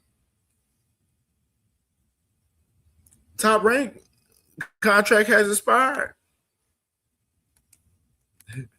The phase was good, man. What's popping, brother? What's good? There you go. Yes, man. Yes, we here in the flesh. You feel me? Let me know in the comments. Let me know. What do y'all think about Lomachenko back? He is back. Lomachenko. Lomachenko, dog. Interesting factor for me in this. He waited. So this is my thing. What do y'all really think you know what I'm saying? That like these guys doing these retirements, bro. That's why some people don't really nearly believe about these retirements from these guys. This is why people don't believe this type of shit, bro. This man came back and he's talking about he wants the biggest fights possible. He came back once his Top Rank deal was done. And ain't Lomachenko the same guy before he retired saying that the money doesn't matter to him when it came up to Tank Davis fight, and saying that he was going into retirement and he was fine with his career and et cetera and all of this shit, and everybody in boxing, we was all giving praise to Lomachenko, saluting him for his retirement and everything. But then we had that thought in our back mind, Lomachenko, for the right fight, the right money, will come back to the game. And that's what the fuck we have here now. Lomachenko's back. And when he was talking about the money didn't matter to him and shit before he retired, he was capping. Because look at him. He waited till the Top Rank deal expired, so they won't have to get that percentage to that guy them guys at Top Rank. So now you got Lomachenko back in action right here, which is interesting. What you gonna do? Who's gonna be the fight? You know what I mean? What's the fight?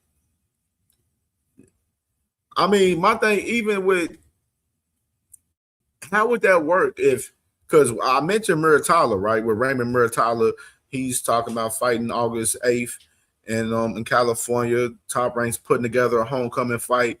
How would it work with them two guys fighting each other? If, you know, since Lomachenko's a free agent now, how would that work?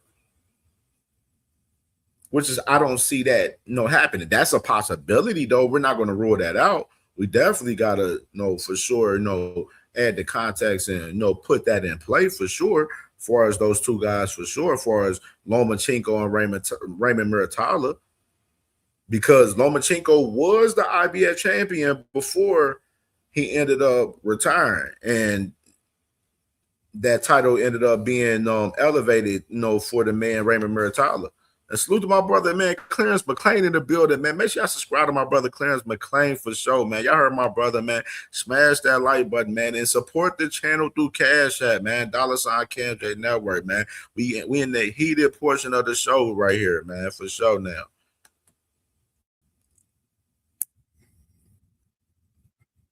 So yeah, Raymond Muratalla, possibility, but I don't see it. And for in my personal opinion, I don't see it. What's other names? I mean, what's the weight class Lomachenko is going to fight at?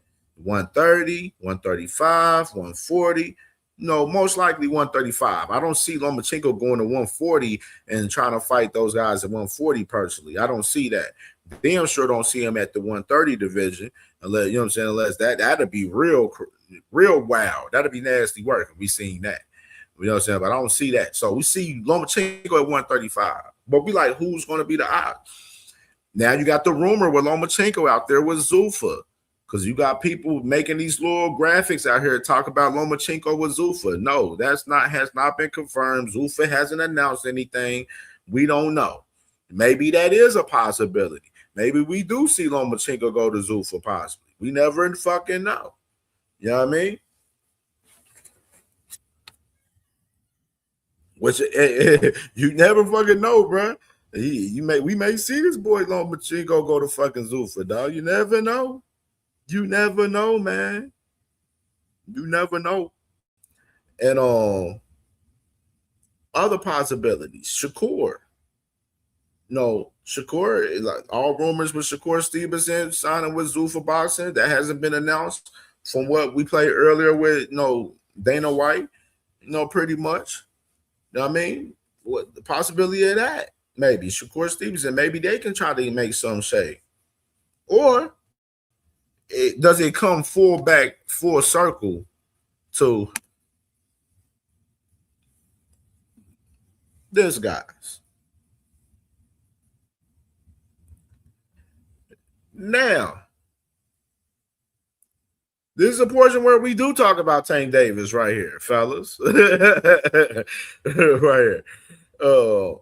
Does it come back full circle to Tank Davis? Because we all know the rumors with Tank Davis coming back possibly towards the fall. You know what I mean? And of course, Tank Davis, he got, his legal situations going on. Tomorrow he has hearing for his criminal court, and then he got shit going on with the civil next week and everything. So, and it's leaning like there's a lot of news coming for us. Tank Davis from PBC for us his next fight, whether it's going to be against Pitbull Cruz, or whoever.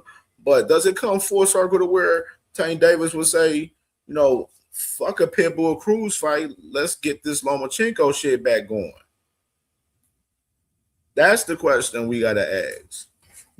Do y'all think Tank Davis would think Lomachenko fight would be a more valuable fight than a Pitbull Cruz fight right now at this point?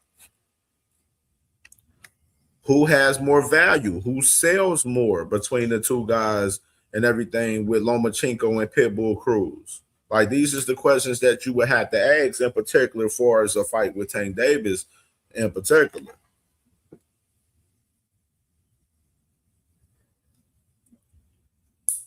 Now, I wouldn't see if they was close to finalizing that fight, in the past, a couple years ago. I don't see negotiations for as this fight with Tank and Lomachenko being that difficult. That's just me personally, just in my opinion. You know what I mean? But I don't see this fight happening next. It would be surprising if it comes back in the loop. But my brother's Brunch Boxing, for them to post this shit, you know what I'm saying, it has a little significance to it, to me, in my opinion. You know what I'm saying? For sure. You know what I'm saying? Because Brunch Boxing ain't going to post just anything. You know what I'm saying? My brothers does great work over there, man. Salute to my brothers Brunch Boxing. Make sure y'all definitely subscribe to Brunch Boxing if y'all not subscribed, man, for sure. Very informative, man, on boxing for sure, man. That's family over there. But yeah, man, this will be interesting. B King, what's good with you, bro? What's popping? Now we'll know more about Tank's legal situation tomorrow, and a little bit more this next week. You know what I mean? And as far as my concerns, just in my personal opinion, you know what I'm saying, which is I haven't talked much about Tank's case, which everybody knows that, you know what I'm saying? I've been kind of staying away from that shit because I kind of stay, you know, as far as, you know, particularly with boxing, I don't really want to get into, you know, talking about these guys' legal cases crazy. But just to mention, in my personal opinion, I think that this shit is going to get cleared up pretty soon, and we're going to see Tank Davis in the ring. That's just my personal opinion. And it looks like with the business behind the scenes, with some of the moves that, you know, all the rumors swirling around behind the scenes, it looks more likely that shit's getting cleared up, and he's going to be back in the fucking ring, you know, very fucking soon. You know what I'm saying? In my personal opinion. And even just to add a little context to that, salute to my brother Abraham Gonzalez, man, from Fights ATW, man, my family over there, man. Subscribe to my brother as well. He says, so put it all together. I reported on May 5th that Lamar Rose versus William Zepeda was going to take place either July or August. Azteca confirmed with Zepeda's trainer that August 1st is the date. Now I'm being told the fight will likely be in Las Vegas on that date. So you got William Zepeda, Lamar Roach fighting August 1st. We all know the rumors with Tank Davis in particular, where this fight with Roach and Zepeda is going to be on the undercard to Tank Davis versus whoever. So the target date in general for this comeback for a Tank right now, they're looking is August 1st right now. That's the target date. Just to add more context, because they have Lamont Roach and William Zepeda fighting August 1st in Vegas.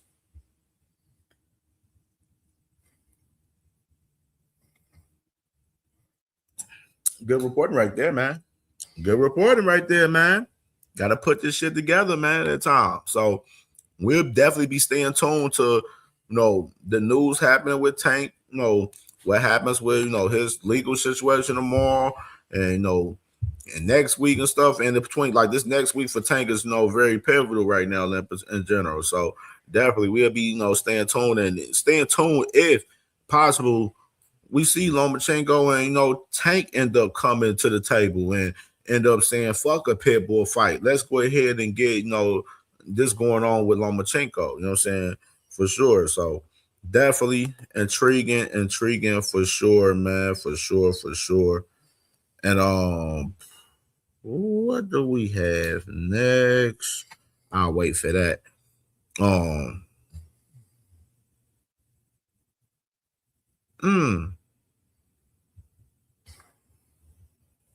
I can talk about that real quick because the fight is this week. We'll do that before we get into this last time. All right, right here, man. I mean, I was definitely reacting to this interview last week with Keyshawn Davis, man, where Keyshawn said something was real interesting right here, saying that he didn't want this fight. Speaking about Nair Albright, saying he didn't want to fight Nair Albright. He wanted to fight a better opponent. So, real interesting perspective. Salute to my brother Teach, man. What's good? Teach said, not unless Shakur gets. Hey, Teach is a possibility. Shakur could be in the play for Lomachenko. I definitely mentioned his name too, but I don't think Lomachenko would take a Shakur fight over a Tank fight. That's just my personal opinion, my good brother. Just had to give you the Lee Corso, the not so fast. You feel me? You know what I'm saying? I don't see that happening. You feel me? Hey, Saucy. He's at Shakur the phone right now, begging Turkey for this Loma fight. Yes, he is. He ain't fighting Raymond Muratalla now. So the fight, where's the fight for Shakur now? What's the next move for him? That's a great question at this point. Great question. Chad Ross, what's good, my brother? What's good? Chad Ross said they saying Keyshawn gonna fight Duarte next after Albright. That's what he been calling for. Keyshawn been calling for it in interviews. That's interesting, though. Nah, I don't want to see Keyshawn fight Duarte. I'll tell you that. I will say that. I don't want to see it. I need to see Keyshawn in there with somebody else, man. I need to see somebody else, dog. Now I know Duarte, man. Blue, what's good with you, Blue? What's good with my boy Blue, man? How you doing, my good brother? I need to see him in there with somebody else, dog. It can't be that, bro.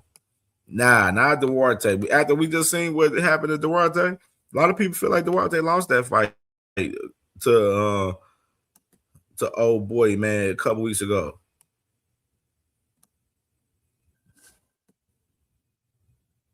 A lot of people feel like he lost that bitch.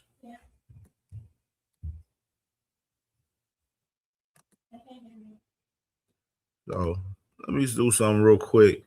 Let's get into. Well, we're gonna talk more on the panel when I bring up the panel, man.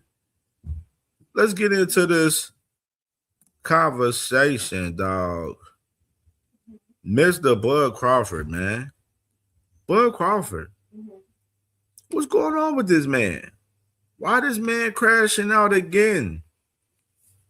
Why is he crashing out again? Why is he crashing out again, man? We trying to understand why is this man Bud Crawford out here crashing out out here, dog. On Boots Ennis. And we're going to talk about how it all started. In particular, how it started. And it started off with one simple conversation for us Boots Ennis being asked a question about Bud Crawford right here. Now, if that Bud fight was to come up, how did you see that was going? What you mean? Result-wise. Me, victorious. Victorious? Yes. Are you stopping him? I'm stopping anybody. You stop everybody? For sure. All right. I like that. Yeah. I like that. That's what you're supposed to say. Ain't what I'm supposed to say. It's what I know. I'm like that. And everybody know me that's around me. Like, with the higher the occasion is, the higher the event is, the stakes, they know how I get. I start tweaking. I get nasty. Now, if that Bud fight was to come up,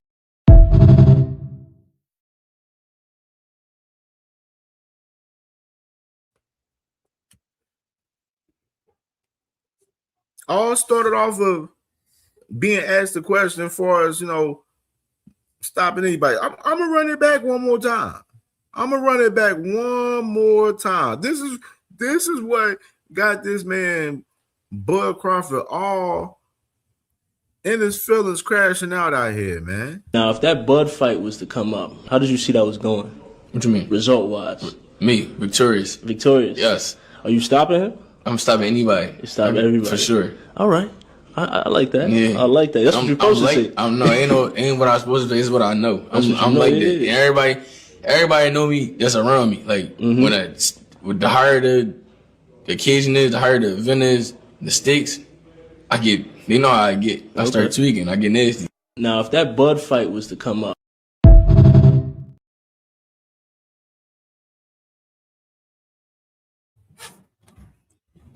man, the man Boots Ennis expresses himself and tells me like, yeah, man, he believe he can stop anybody. He believe he can stop anybody he face. You know what I'm saying? When he step in that ring, man. And you got the man Bud all in his feelings and stuff going crazy. Bruce Gas, man. Salute to Bruce Gas. Make sure y'all subscribe to Bruce Gas as well, man. He live tonight, man. In fact, no, this Wednesday. My bad. Live Tuesdays with Boxing Trivia. My bad. High moment right there. Right here. Bud all in his feelings right here. Y'all wanted me to end Boo's career before it started. Yeah. I don't know about that. I've been said fucked him up. I would have knocked him the fuck out. And it's a reason why They went the other way. Stop playing with me. Thank you. Stop playing with me. Niggas, real boxing motherfuckers know why they went the other way. He wasn't ready yet. He needed a couple of more fights, they said. Stop playing. Y'all be Come on, bro. What I'm talking about. We already said That's that. right. That's right. But it ain't his time. Brian That's said the right. same thing. It ain't his time yet. And I be trying to be nice because I support the young fella and all that. And black and shit. I want to see them succeed. That's my thing. Niggas can't come up to me and do the same shit that they can do with other niggas. Niggas don't do that with me. I would slap the piss out of niggas' face. Niggas know who to play with. But that was also what I said. His career is already in. Niggas don't even really be saying my name. They be like, oh, I'm with everybody. I'm on everybody. I will stop here. Niggas say my name. Niggas say I knock Terrence Crawford out, nigga. You ain't regular, Terrence. We know that. You ain't regular. You ain't regular. See? Well, I know me and Wallow tried you, nigga. We won. We won, nigga. We won. I know martial arts. Let's change the sport. We can change the sport. And we're going to see what you're going to do then. I'm a martial artist. So I don't count if you knock me out. That shit don't count. It don't count. I got 13 belts. It don't matter if you knock me out. Champ.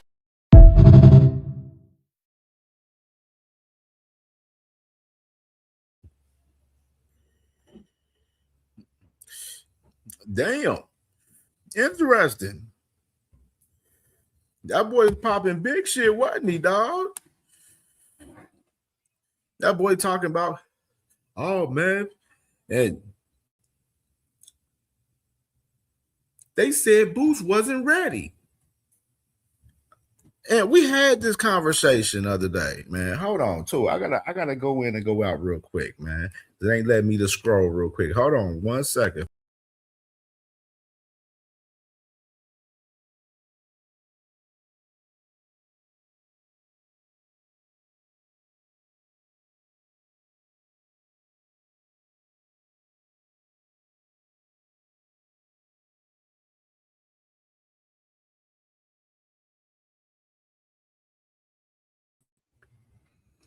Yeah, we back. The man said Boots wasn't ready, man. And we already talked about this the first time when Bud was doing his little rant on Twitter and everything. You feel me? You know what I'm saying? Well, we already talked about it right here where this was said. If y'all remember the timelines and shit, man. Tyler pulling out the receipts for shit, man. You know what I'm saying? What? We remember this. Contract too, and was talks, right? Yeah, it was just talks. It was no contract, no paperwork. Because what Bozy wasn't really trying to, you know. No, none of that. Bozy was down. It's just everything got caught up. The other fight happened with Crawford. The Avenesian. Yeah, the Avenesian fight popped up. So then just business just like sidestepped, and then it just So it was like it was nobody that ever like ducked from nobody. Boots didn't duck, Crawford didn't duck out.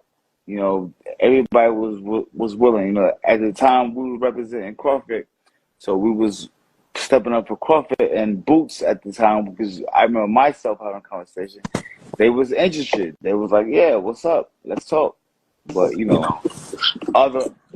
other business came up, so we had to move on.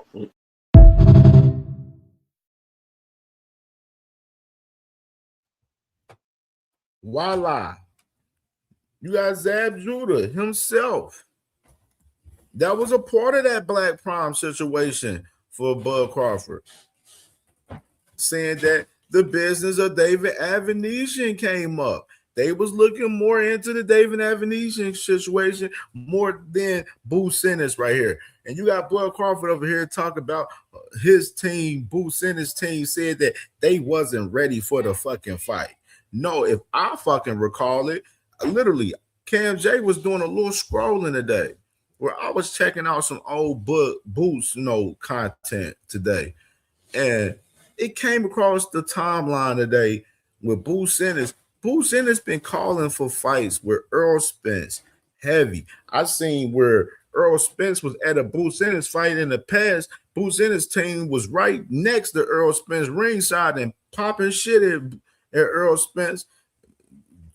Boost and called the man Earl Spence out after the fight and everything. Boost and his team in the crowd next to Earl Spence was going crazy, popping shit at Earl. Earl popping shit back at him and everything. You feel me?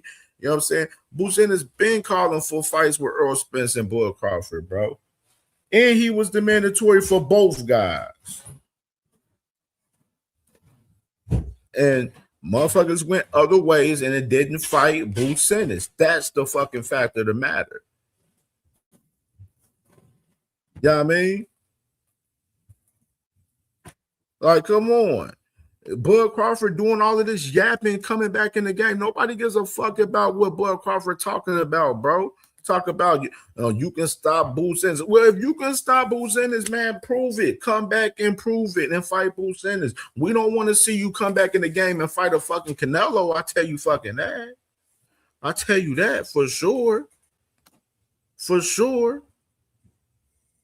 You know what I'm saying? And you know what we're gonna be calling that shit for sure. Yeah, all right. Shut that soft ass shit up. And the best man Shut to that win. soft. That's some soft ass shit. Shut that soft ass shit up. All that soft talking. I know you can do it, man. You got the.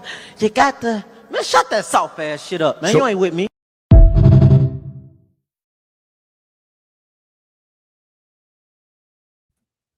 You know what I mean? We want to see motherfucking Boots Ennis and Bud Crawford in the ring. We don't want to see no Canelo. And you know what I'm saying? Just like we seen Lomachenko come back in the game for the bag.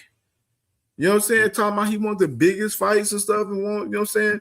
Big money fights in particular. We're going to see the same shit with Bud Crawford too. Watch. And I bet you it won't be against fucking Boots Ennis. I promise you. Bud Crawford come back in the game, mark my words, and I'm saying it right now on CamJNetwork. Bud Crawford won't come back in the game to fight Boots Ennis. I promise you that. I promise you that. I promise you that. It won't be Boots Ennis. Yeah, and I can literally bet that damn near at this point. I would literally bet that dead ass. I would literally bet that shit. Let me find this lying ass niggas.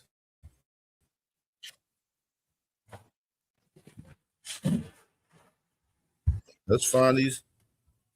Let's find the lion nigga right here.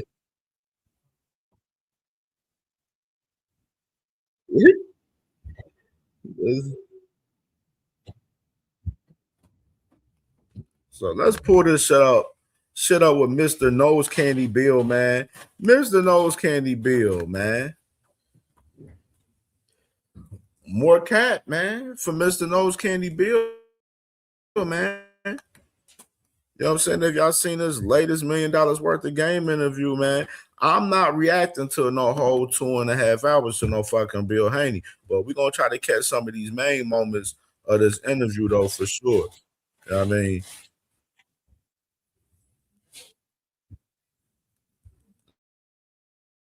Let me see.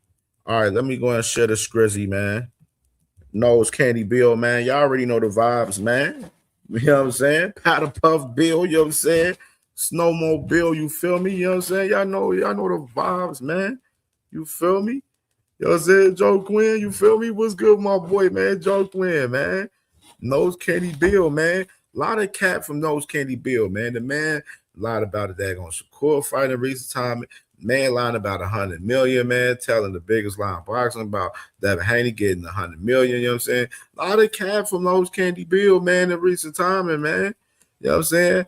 And interesting. Found out something too. And salute to my brother TD, man. My brother TD Sports Talk, man. You know what I'm saying? If he listening, man, for sure. He brought something to my attention, man, with Mr.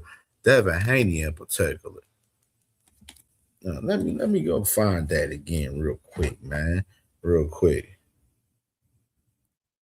Because it was real interesting. So, Mr. Devin Haney, which I don't know if y'all know this, but Mr. Devin Haney is signed with this management team called William Morris Endeavor.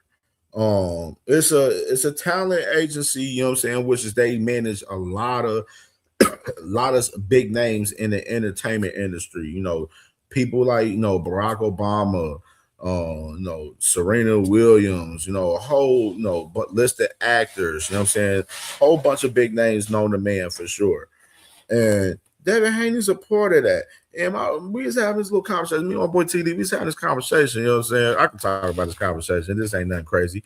But we was having this conversation, you feel me? And about, you know, this management company that, you know, he's under. And I was saying with this management company in particular, where's the great PR for Devin Haney? Because if they're managing him, the PR is absolutely fucking horrendous. Like, it's absolutely horrendous right now. You know what I mean? And I don't see the value. And he's been managed by these guys, William Morris Endeavor, since 2024. And I don't see what's great in the deal that he has with them, because I don't see the value in that deal 100%. But we'll see. We shall see. Let's pull this shit up with Mr. Nose Candy Bill, man, so we can open up this panel, man. Hometown. And then the opportunity happened where Shakur said he wanted to fight Devin. And just like Jay was saying, with the weight and everything, we were already going up to 140 pounds, right? We're already busting at the seams. We offered him a deal. Yes, we know. You said, hey, when it get hot, we going to 140. Yes, we do know that, Mr. Nose Candy Bill. We know that, brother. At 25% of the revenue, because what we felt that he should have gotten a flat fee. Like, we got a flat fee to go to Australia, right?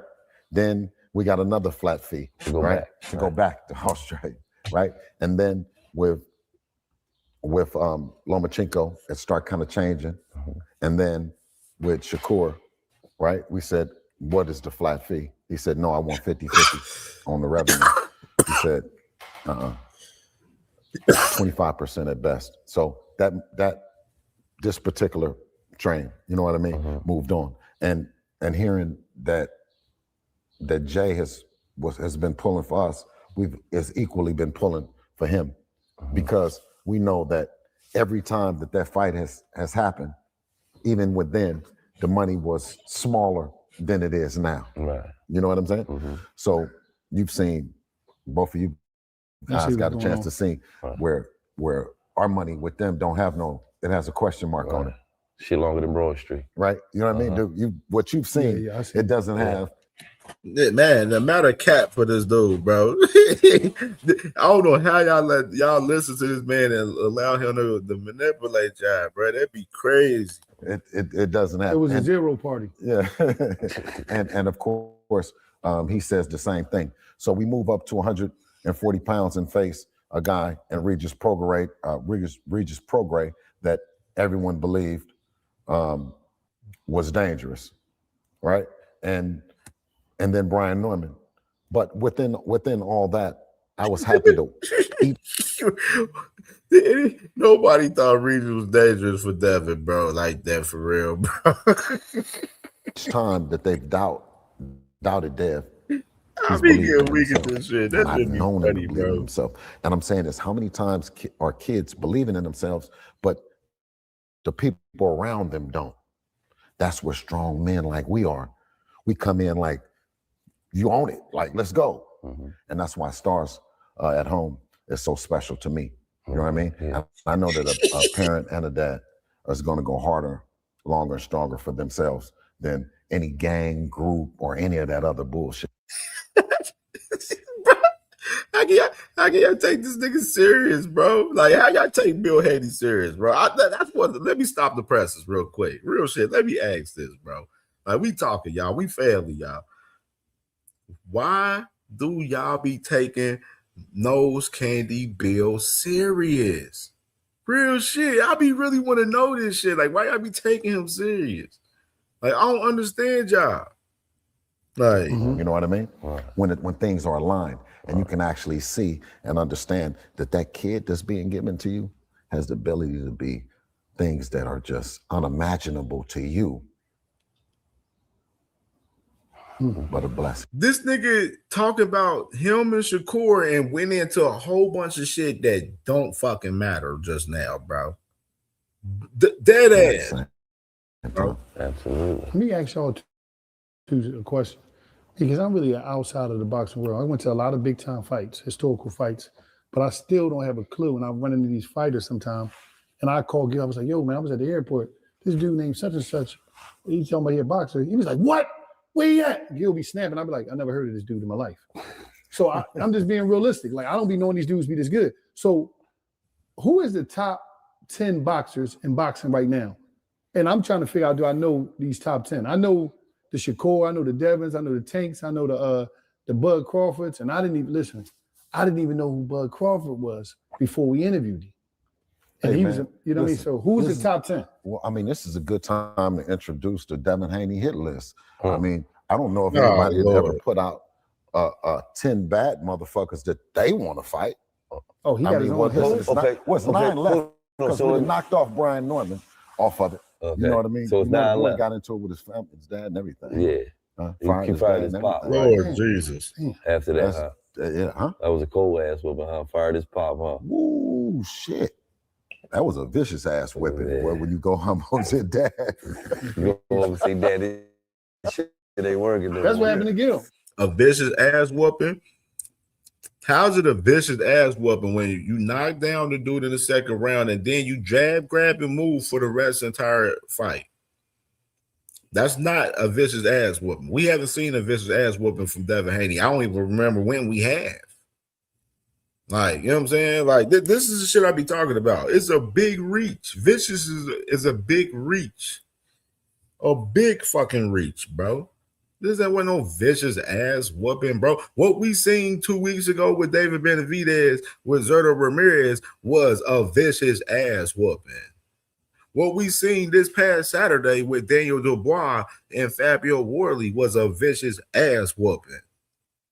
That's a vicious ass whooping. Like, y'all be getting these definitions of belt the ass and ass whoopings and all this extra shit. Like, y'all be getting these definitions really misconstrued out here, man. Y'all be using terms too loosely out here, bro.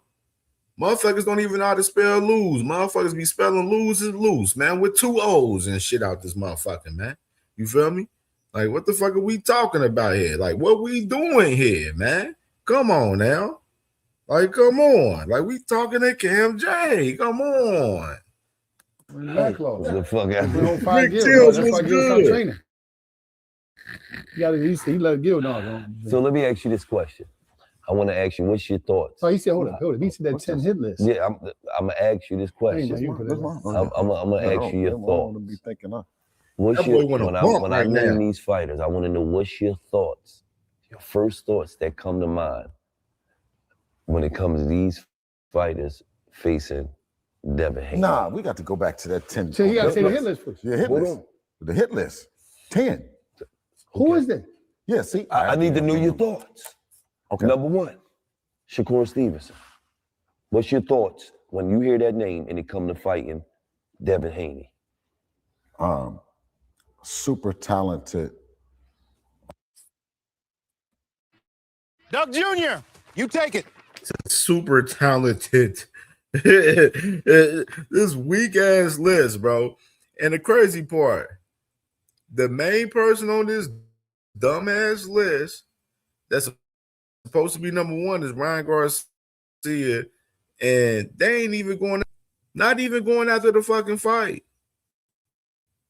And we talking about a fucking list. A great opportunity for Devin to show how skilled, you know what I mean, he is. It's levels of it. You know what I mean? Mm-hmm. And the thing about Core is both of them. Hey, you see this nigga Gilly looking at this nigga? Hold on. I'm gonna pause it when you see Gilly face. When they show Gilly face throughout this whole entire interview, got me weak as fuck. Cause Gilly looking at this nigga like this is a clown ass nigga for real, man. I don't know why the fuck we interviewing this whole ass nigga for real. Bring out the levels that's really there. Because even with Loma, as good as Loma is, the world got to see a different Devin. Brian Norman, you get the chance to see a different Devin. And Shakur is the kind of fighter. A different Devin? Well, when have we seen a different Devin? I like that. Y'all tell me what the different Devin what? I think Devin's like probably best performances was probably Cambosis and Regis.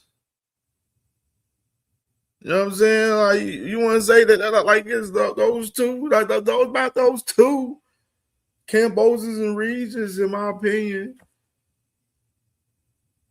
He looked good against Lomachenko in the first half of the fight. But I'm not seeing different from Devin Haney, bro. Like, what the fuck we talking about here, bro? Like, what we doing? That you'll see. We didn't see different 420 2024 against Ryan Garcia. We didn't see different. I haven't seen different in these last two performances with Jose Ramirez and Brian Norman Jr. What are we doing here? Like, we're not seeing different from Devin Haney. As well. Another level. Keyshawn Davis. Regular night. Ho. Keyshawn Davis, regular night. But y'all didn't stand on your word when it came up to Keyshawn. Keyshawn and Bill was both in the DMs talking to each other, and Bill was at the fight for Keyshawn in January with Jermaine Ortiz and saying that they'd give him a fight if he beat Jermaine Ortiz, and that shit went away. They didn't send fucking Keyshawn no contract or send him no offer or wanted to go into negotiations with Keyshawn. They was negotiating with fucking Brother Romero. And then we already know what happened with that. Like, what we doing here? He talking about the business. He talking about regular night? If it's a regular night, send him an offer. Send him a contract. Keyshawn been calling for the fight. Been calling for it. Show us that it's a regular night if you was to beat Keyshawn Davis. Businessman. Businessman? Uh-huh. Come on, man. Don't do that. Hey, listen. A regular night. Where? I mean, listen. Sometimes it's you said a regular night. A regular night. What, a regular night? Are you up here drag, grabbing, moving? Yeah, that's the regular night that we get. Jab, grab, and move. That's the regular night for Devin Haney. Sometimes. That ain't no regular night. That's a fucking hangover. Listen, as many bad business nights as I didn't had to deal with, because he's bad business. It's not good business, because every time I've tried to do business with him and talk to him, he's somehow went the other way. I think the best. Cap. Where did you try to do business with him? What offer, what contract have you sent to Keyshawn Davis? Keyshawn Davis hasn't got anything from you guys. Nobody's not about to wait on Devin Haney, bro, the fight. All because they out here trying to get the biggest bag as possible, thinking that they fucking stars out this bitch. Like, nobody's waiting on him. The game moves on. Like, it's other fighters to fight. Nobody's waiting on that guy to fight. Better way to do business is to talk to Jay. You said the better to talk to Jay. You trying to talk to Keyshawn when you know Jay is his guy. Why haven't you even been talking to Jay Prince in the fucking first place anyway? And why have y'all even communicated and talked with him about the fight? You know what I mean? Richard Hitchens. I don't know who that is. You notice he ain't say that he talked with Jay Prince. You know what I mean? He hadn't even had a conversation with Jay Prince about the fucking fight.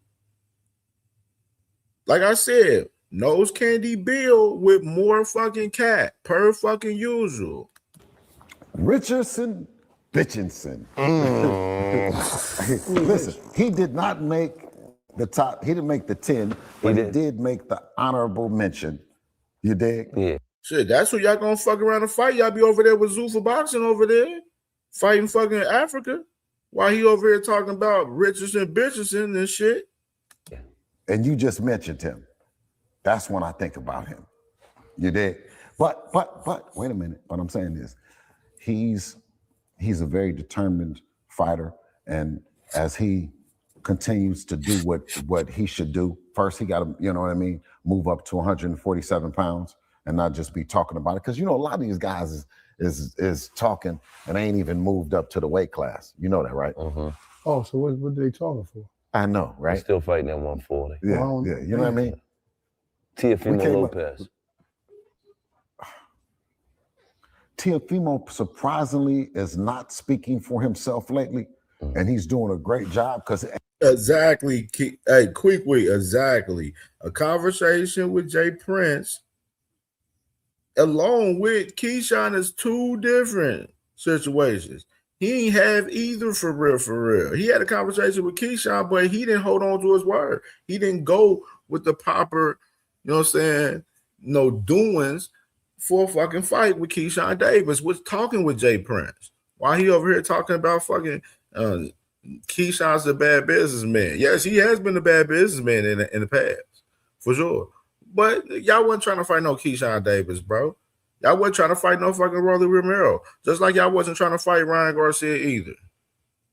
Y'all just talking out here, bro. Y'all just capping and chatting, bro. Capping and chatting. That's my new shit right here. Capping and chatting, bro. A lot of capping and chatting out here from these motherfuckers, bro. Like just talking for their health. Ain't nothing really. He's not, you know. But going back to it, only person I crossed off the list was Brian Norman. Teofimo Lopez, and him and his dad is still a grudge match that we're gonna have to settle one day, either in the ring or in the parking lot. In the ring or in the parking lot. In the ring or in the fucking parking lot. Bill Haney, your ass wasn't even trying to fight Bernard Hopkins when he was trying to get you to come to the motherfucking bathroom to fight. Bill Haney ain't trying to, nose candy, Bill ain't trying to scrap with nobody, man. That boy capping. Once again. Jerron Boots Ennis. Once again. TD was good, brother. Was popping, bro. Oh, don't even. Smoke was good, my boy. Smoke. Ryan Timberland Boots, Javinci Boots. He's not on the list. Ennis. I seen his name on the list. Well, who made y'all do that? That Philly kid. Jerron Boots, Timberland Boots, Javinci Let's hear Boots. Steel toe boots, Ennis. I better take him off that list, Bill. Let me tell you something about this bull.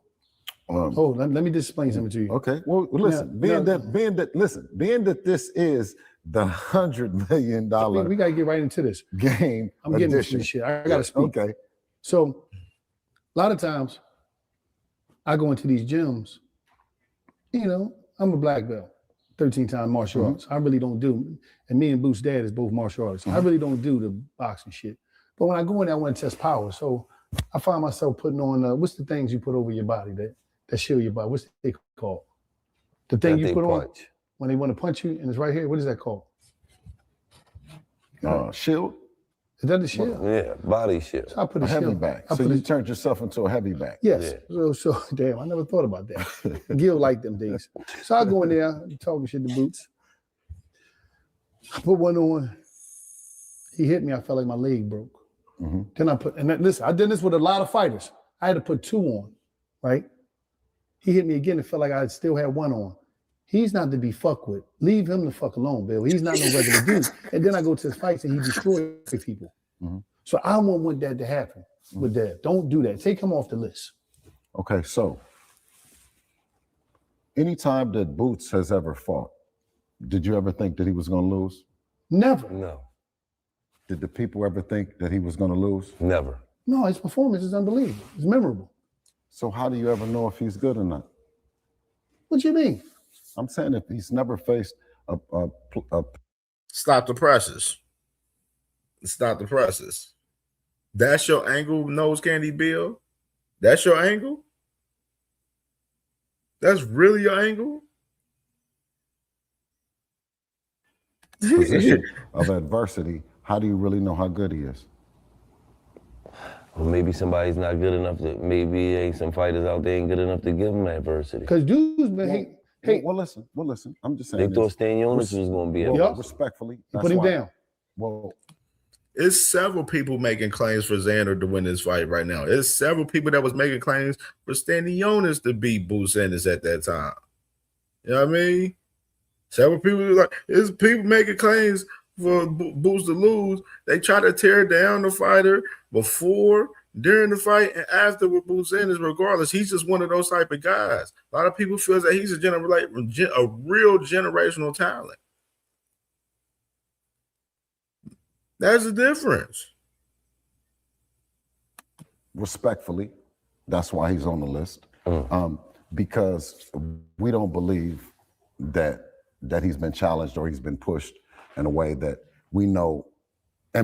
So if he hasn't been challenged or pushed, then y'all come push the table then. Like I said before, Xander Zayas, y'all was pushing to fight Xander Zayas. So I want y'all to keep the same fucking energy, bro. Keep the same fucking energy, Bill. Keep the same fucking energy with Boots Ennis that y'all had for Xander Zayas for going up to 154 to take his 2 straps. Keep the same fucking energy. And I bet it that he won't fucking do so. I guarantee it. I bet it. He's not going to keep that same energy, bro. And of course, I have a lot of respect for Bozy. Bozy is my man. OG. Legend. 100%. You know what I mean? He done dropped all kind of game and all kind of jewels on me. You know what I mean? And because they've grown up together, they've come, you know, so it'll go where Shakur was stuttering and shit. Wait, he was like, whatever, wait. He don't even know what the fuck he want to say. Like, come on, like, what's the deal? Like, would y'all go up and fight Boots next? Like, what we doing here? Like, what we doing? All of this running around in circles and shit, ducking and dodging and shit. Like, what we doing here? What, the coke got your tongue? Like, what the fuck we got? It was because they went all the way up. Then it would be Devin, and then it would be Boots. You know what I mean? Winning everything, right? It wasn't Richard Hitchinson or it wasn't Keyshawn. No, none of them. Because Devin is younger than all of them, but he fought. You know how you fight with the weight up? You know what I'm saying? So absolutely. Devin fought up, right? So we know that at 147 pounds, right? When we moved up, that Boots was there, Brian Norman was there, and everybody was there. But respectfully to Boots, I felt that he campaigned during the Bud era when Bud was there and the man was gone. And he campaigned for the fight against the man and he was gone at 147 pounds. More cap right there. He was campaigning when Bud and Earl was in the midst of fighting each other, like I mentioned earlier. You know what I mean? Nose Candy Bill don't know the fucking timelines of that shit. When they brought the fight to us at 147 pounds, we said, yeah. To fight who?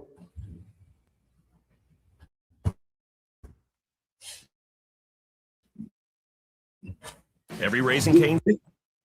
Didn't we show the other day the interview with the man Boots Ennis, where the man literally told us in 8K that his team hit him up about 152 for the fight, and he said, yeah. And motherfucking Devin Haney didn't want to fight at 152 because Devin Haney said he didn't even fight at 147 yet. Boots was already going up to 154, bro, when Devin came up to 147, bro. We already exposed that already, bro. Kevin House was good. My brother was popping, boy. More capping and chatting. Boots. And what happened? And they came back and they said 152. Yeah. But, gentlemen, this is the fight business. It's big business. Lies will get you kicked out of the building. You will have lies get you kicked, and then kick yourself out of the fucking building. Then Nose Candy Bill, yeah, you lie to us damn near every day. You need to kick yourself out of the fucking building if that's the case. Have no respect whatsoever. Yeah, no respect, no integrity, no morals. That's what stood behind your brand right now, for real. Not much integrity behind the Haney brand, just honestly to speak. Conversations with real gentlemen will no longer exist anymore. And those zeros that I just shared with y'all, Zero party. bye-bye. So when you talk about an opportunity to put a fighter that you believe in and he believes in himself, and him not being able to have these legacy defining opportunities go bye-bye because it's the wrong person at the helm. It's the wrong person at the understanding between him and that opportunity. I always gave him to my man. I'd say, Deb, this is it. Here, this is how it is. What you want to do? He's the one making the decisions. He's the one writing the checks. He literally just ain't say shit. Coach Kenny's a heavyweight. Oh. First of all, them some hell of a coaches. Hey, now, but listen, I ain't gonna go on that even the staff on both staffs need to be guaranteed. Right. There was a zero guarantee. So live on $100 million game edition, we have the money. So it was never a chance for that fight to really be made then. Well, not with no money for us. Right. But in retrospect, in reverse, we got money for us and got money for him and anybody else on the list. Oh, so it's not a money issue. It's just about who's going to show up. So, with that being said, if y'all got this so-called money, let's send some offers out. Let's see some offers out to Ryan and motherfucking and Rolly Romero. Let's see some offers if y'all got this money so-called that y'all allegedly have. You know what I mean? Let's put up a shut up. Don't talk about it. Be fucking about it. Y'all motherfuckers doing all of this capping and chatting ain't getting y'all no fucking where. Y'all ain't no fucking bosses, man. We done exposed this shit the last month. Over the last month. No more sleepwalking. Clip Farm, what's good with you, bro? Mr. Fist, what's good, bro? We done exposed this shit over the last month, bro. A lot of this capping and chatting, bro. I ain't getting niggas no fucking where, bro. They ain't sending out shit. They the ones that's waiting for people to send them fucking offers and contracts, bro. I thought bosses is the ones that's sending the offers and sending the contracts out. We're not seeing that fucking motion right now from the Haneys. Well, no, it's not. It's definitely not a money issue with us. You know what I mean? It is a money issue. Why have we seen all these other fighters putting on events? Boost Promotions, they done thrown events. Fucking Lamont Roach, No Excuse Promotions throwing events. DB3 Promotions, fucking Keyshawn throwing events. All these other fighters throwing events, and besides DHP. Everybody else throwing events besides DHP. Haven't seen DHP throw one event of their own, not even for the fucking amateurs. They haven't even thrown a fucking event, bro. Like, what are we talking about here, bro? I think, you know, it's fair that each fighter, you know, go into this stuff that they get paid, man. Yeah. They need to get paid, and they need to, in Devin's case, they get paid the most that they didn't got paid. Right. Every time. So you just got a bunch of checks waiting for people. You just waiting for them to show up. Oh, ain't no doubt. Cat. A fucking Devin Haney. No, Cat. Like, I don't understand how y'all bro. I truly don't understand it. It's really mind-boggling. Make no mistake about it, Shakur's a bad motherfucker. And he will cook 99.9% of everybody else. But out of respect of Shakur and boxing and Jay, and out of respect these guys, we don't not talk about them. We put them on the list and we say, this is what we got going. We give it to Turkey. We give it to the other people, the new people, the old people. They get the list. The public, they get it because they deserve it.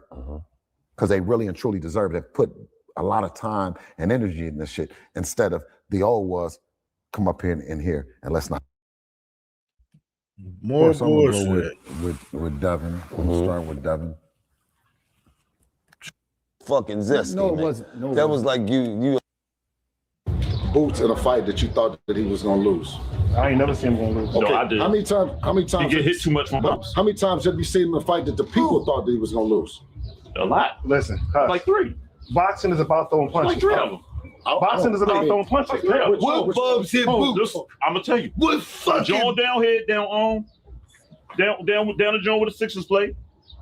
I was there, and he got hit too much. Bro, okay, let me just. And he got hit. I'm not saying he didn't win, but he got hit too much. No. Okay, hold on. Let me just say this. Going into it. Let me just say. Going into it. Let me just say this. Right. Go ahead.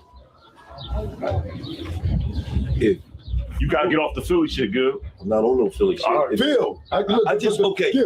For you to say a fighter get hit too much, right? Okay. Go ahead. Just tell me. One thing about that narrative as far as Boots getting hit too much, bro. Boots already talked about it in the press conference.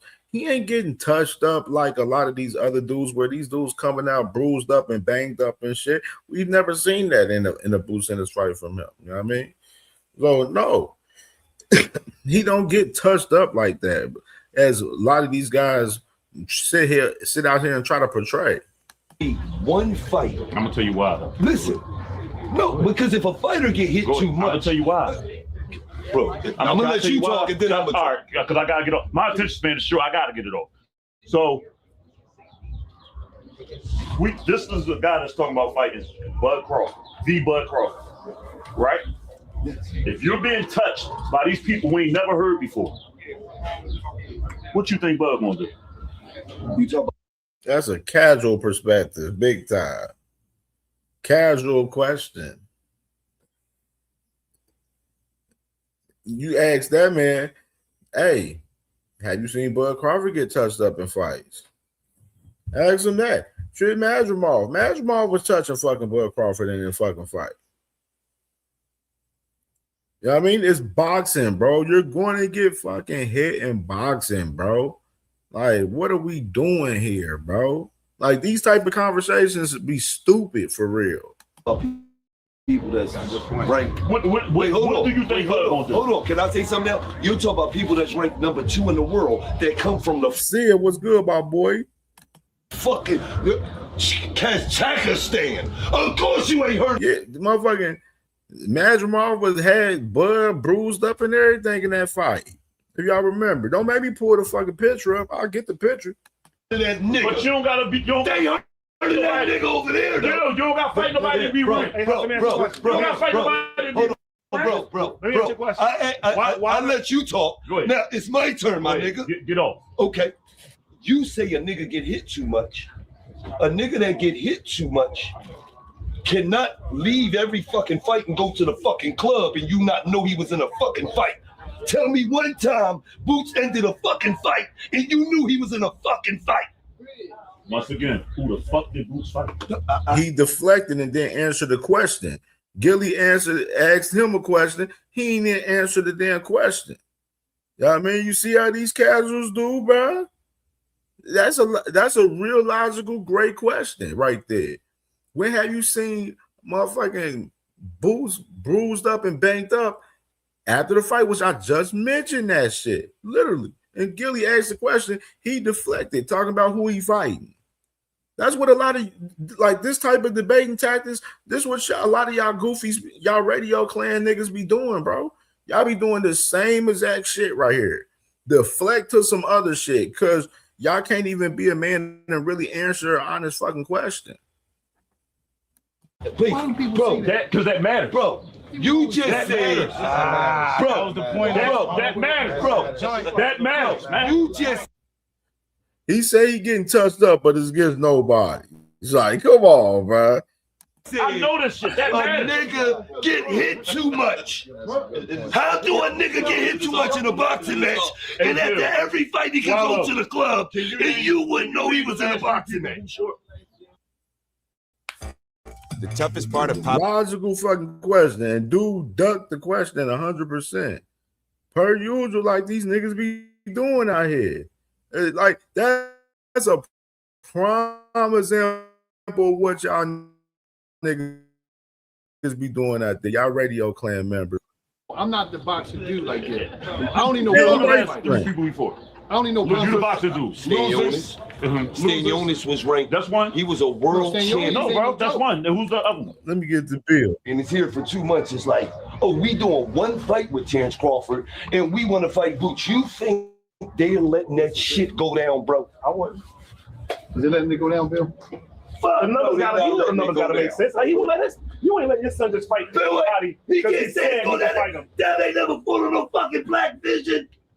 No, you didn't. But what I'm saying is, we've taken everything. No, what I'm saying is, you gotta take a chance. You gotta take a chance. You gotta take a chance with the brand, bro. And we went to Australia twice, bro. Hey, I'm telling you, twice. Hold on, wait. Come on, bro. Let's just be for real. We got these cameras on. Yes. I'm Vicky. Right. I've been to Devin Haney house. That shit was like 3 years ago, man. That nigga had $3 million in cars lined up out there and then said, I gotta take y'all to my other house that was in a different state. That nigga didn't get no pennies to go to Australia. That big getting paid good, nigga. Who you? Hey, listen. Hey, but hey. Fuck he like Bill sit here. Oh. Hold on, wait. But Boots ain't great. Yeah. With 35 motherfucking wins and 32 knockouts. I don't think Boots is better than Shakur. That's my opinion. But hold on. On one hand, you say, on one hand, he said LeBron better than Mike too. I damn sure said that. See, I can't even talk to this. I really said that. He said he don't think Boo's better than Shakur. These niggas is insane, bro. It's fucking insane.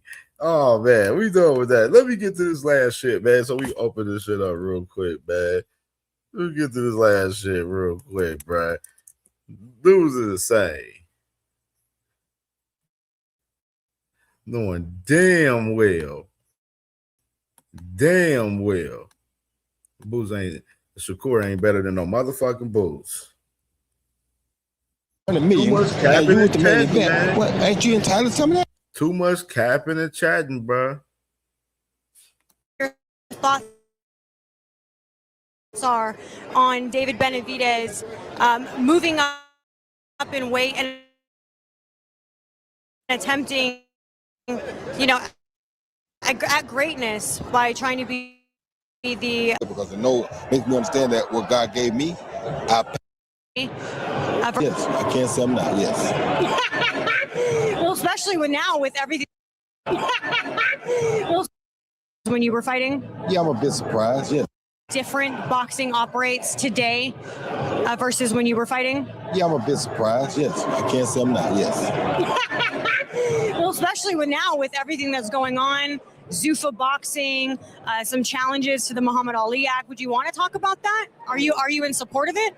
First of all, if you made the Muhammad Ali Act to save or to look out for the boxers, why would you go change it for a promoter?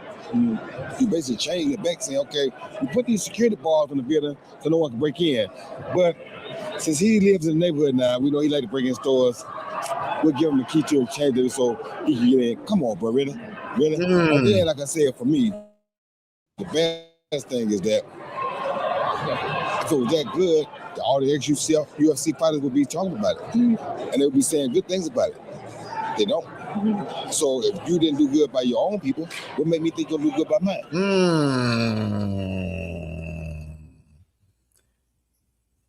That was fire. He said UFC people is complaining about it and don't give a fuck about the Zuffa shit because they ain't getting the same fucking pay. So if they doing the UFC fighters wrong and doing them dirty, what you think they gonna do to the fucking the boxers at Zuffa?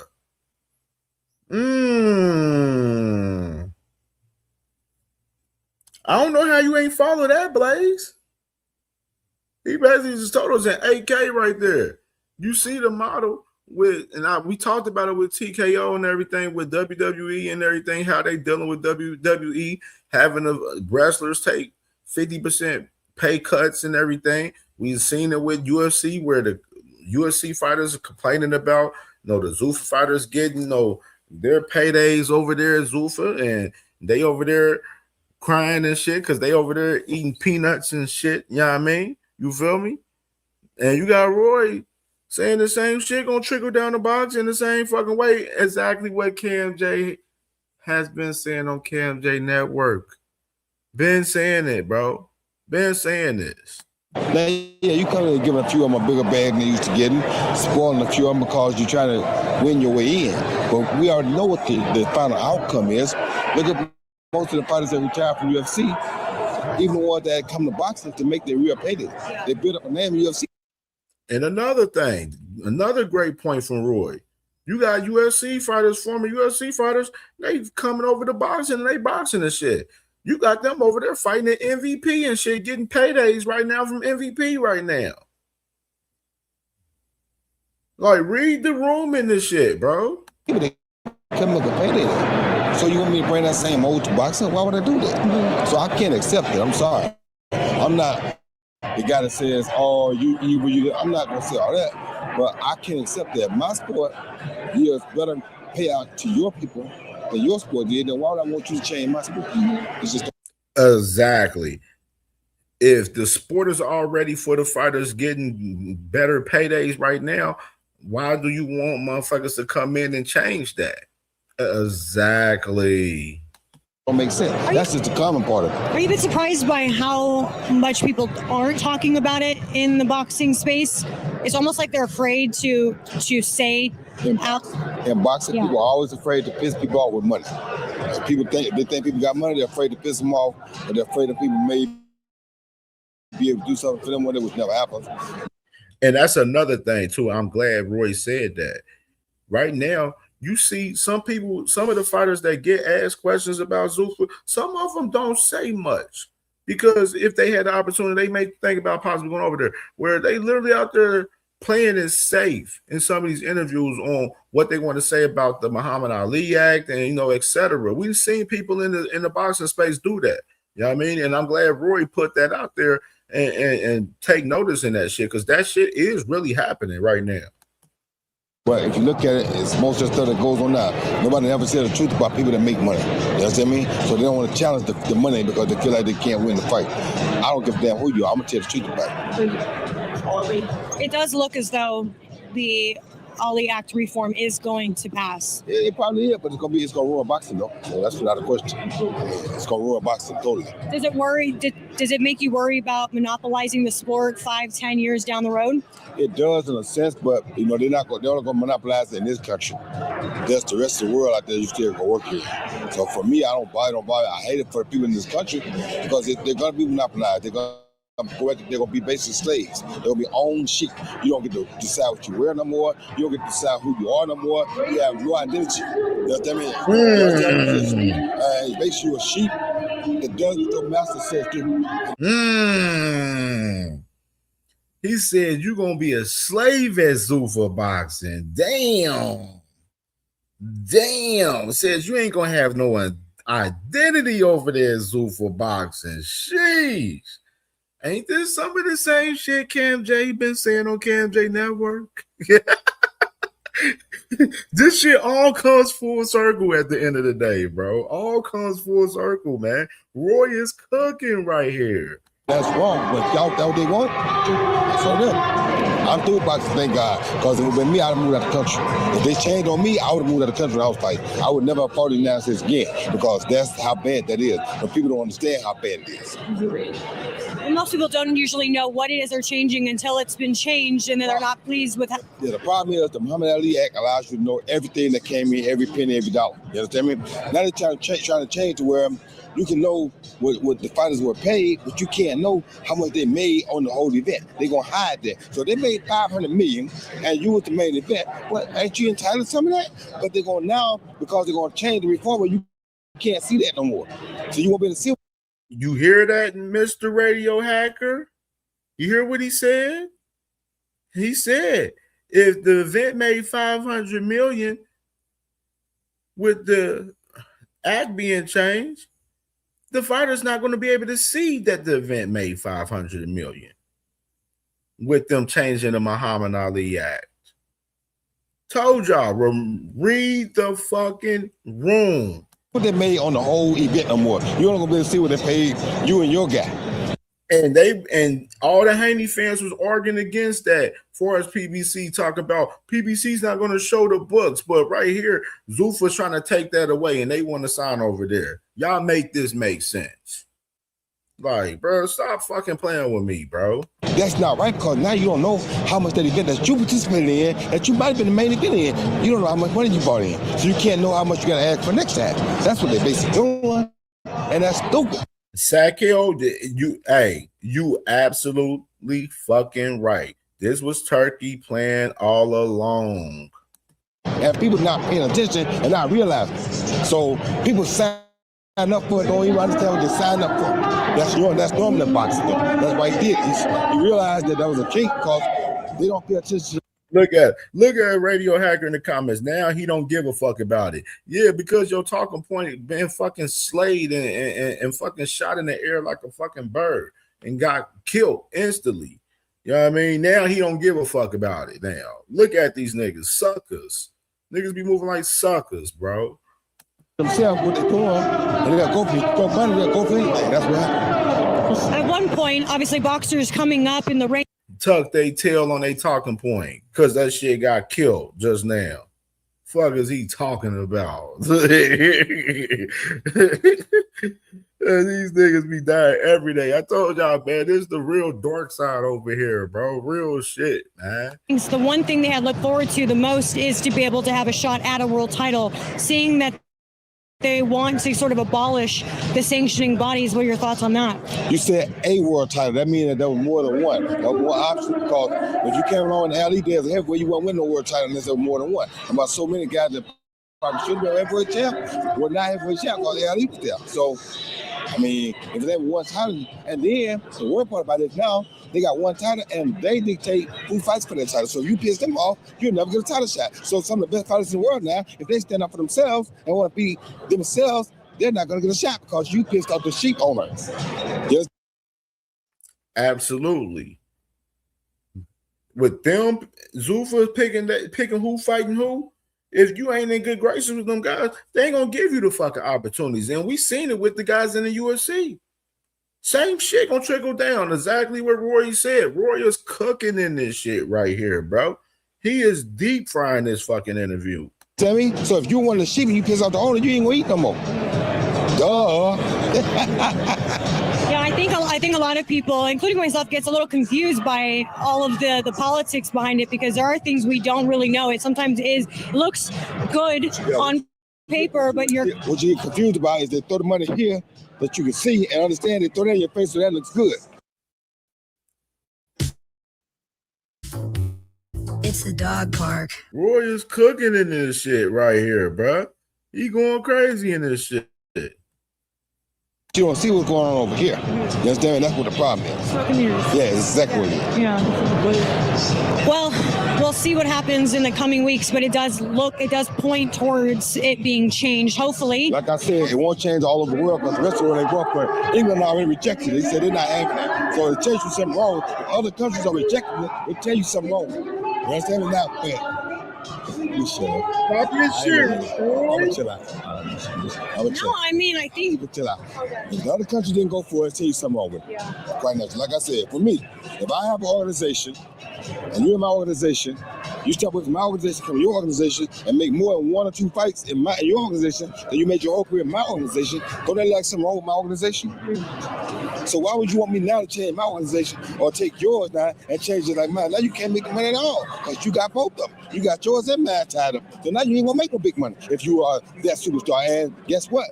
They're gonna determine if you become that superstar now. Not your skills, not your ability, not your talent. They're gonna determine who becomes who. Same as UFC, they determine who becomes who. It's not about talent and winning no more. It's about who they want there. And that's what they're trying to do in boxing. I'm sorry, that's not right. I don't care who you are. Talent, skill, hard work, all those things should determine who's the best, and you should have an opportunity to get a shot at the best if you want the best. Not have to kiss their ass to get to the best, but they got total control of it. You got to kiss their ass or you can't fight. You got to move out the country. That's right. That's what we want to see in boxing. No, it's not, but that's what's about to happen, and they too idiotic to understand that. Most of the people around too. At 2 cents, you absolutely right. He didn't deny anything what Roy said in this shit either, too. That's the crazy fucking point, too. And we played the interview with him earlier. He didn't deny anything far as what Roy said for real. They know what the fuck they doing. Roy is deep frying this shit. Idiotic to understand what's really happening. They don't understand. By the time they get it, it's already too late. It's almost too late now. Nico understands, that's why he went there.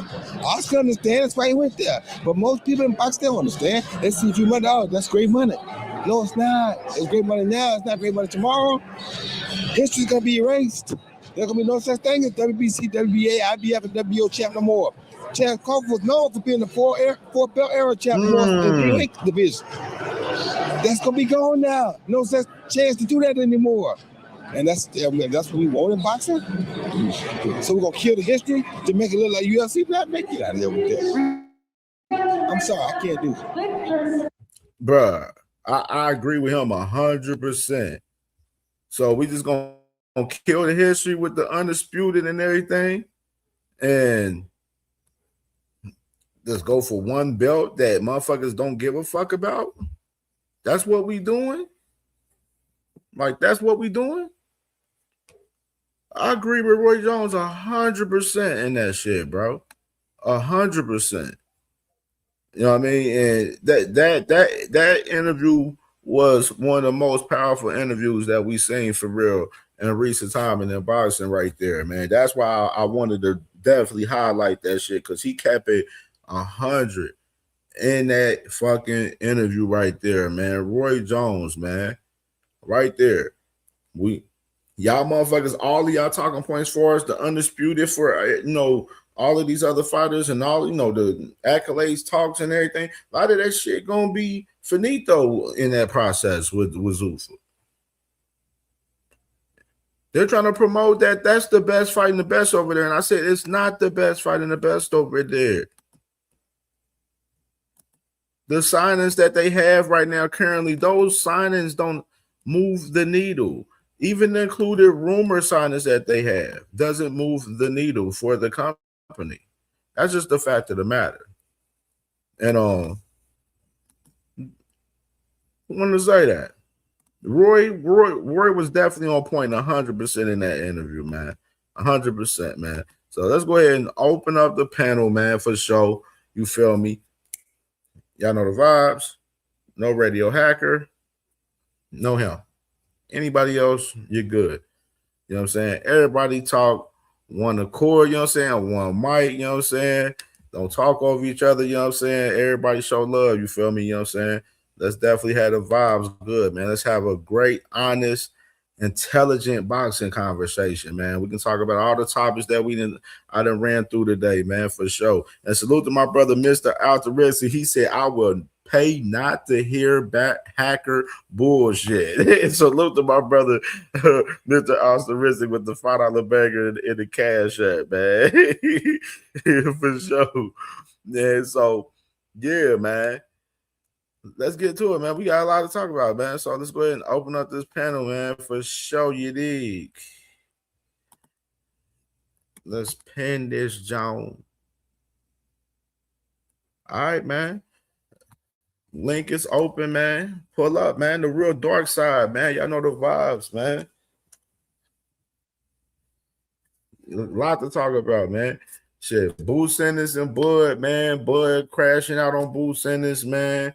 No, Bill Haney capping again on $1 million worth of game, man. Of course. What else? Shit. Roy Jones, him cooking on Zuffa just now.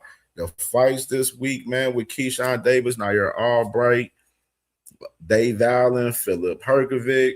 You know what I mean?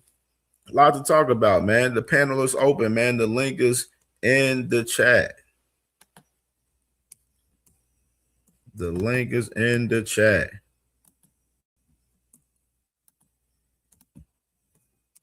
And we talk about Boots Ennis too. Boots Ennis, man, just in general too. Matter of fact, while we do that, let me go and run that trailer back. Let's run that trailer back. Greatness is a word people throw around like it means nothing. But to us, it means everything. It's the standard, and it only belongs to those who rise above expectation. You can't buy that shit. Greatness lives somewhere colder, and that destination is far. That road is long, that road is lonely, and the cost is real. If it was easy, shit, everybody be great. So I'm asking you, do you want it? Do you need it? Will you do what others won't so you become what others can't? Will you sacrifice everything to stand with the greats? Then remember this, greatness is never given. And the pursuit, well, the pursuit is all we have.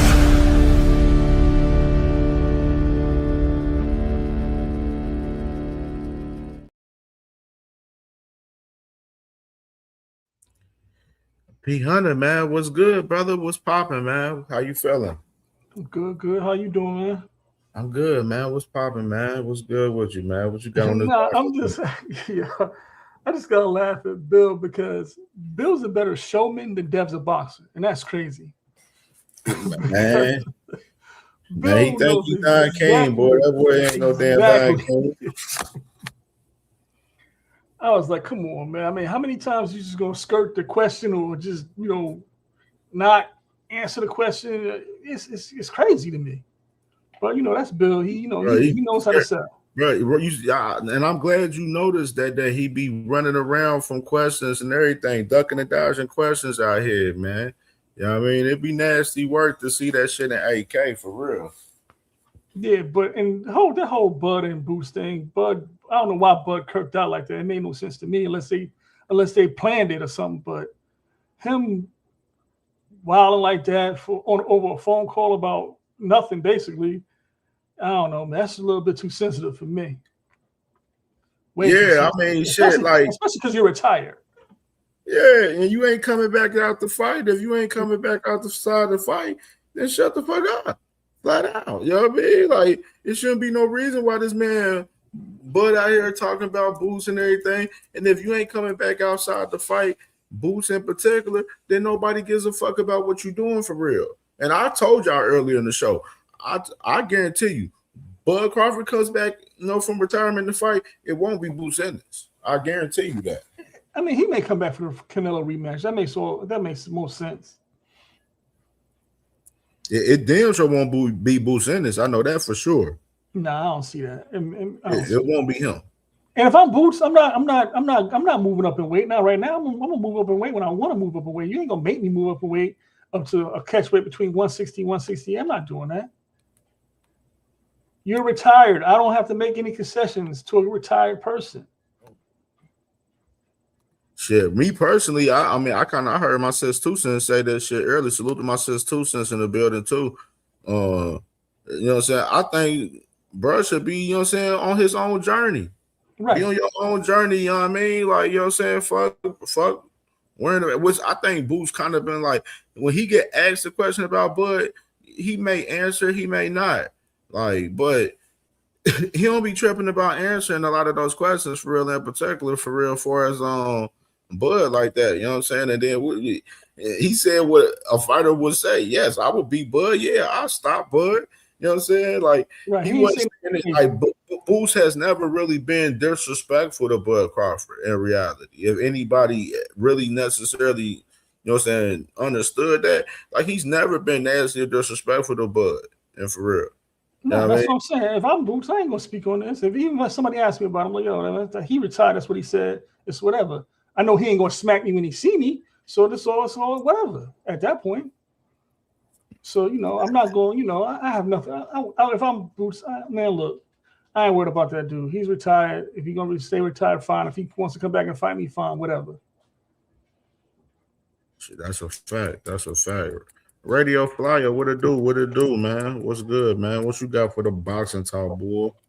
Hey, man, bang, bang, radio gang. Ain't no Clan in the building.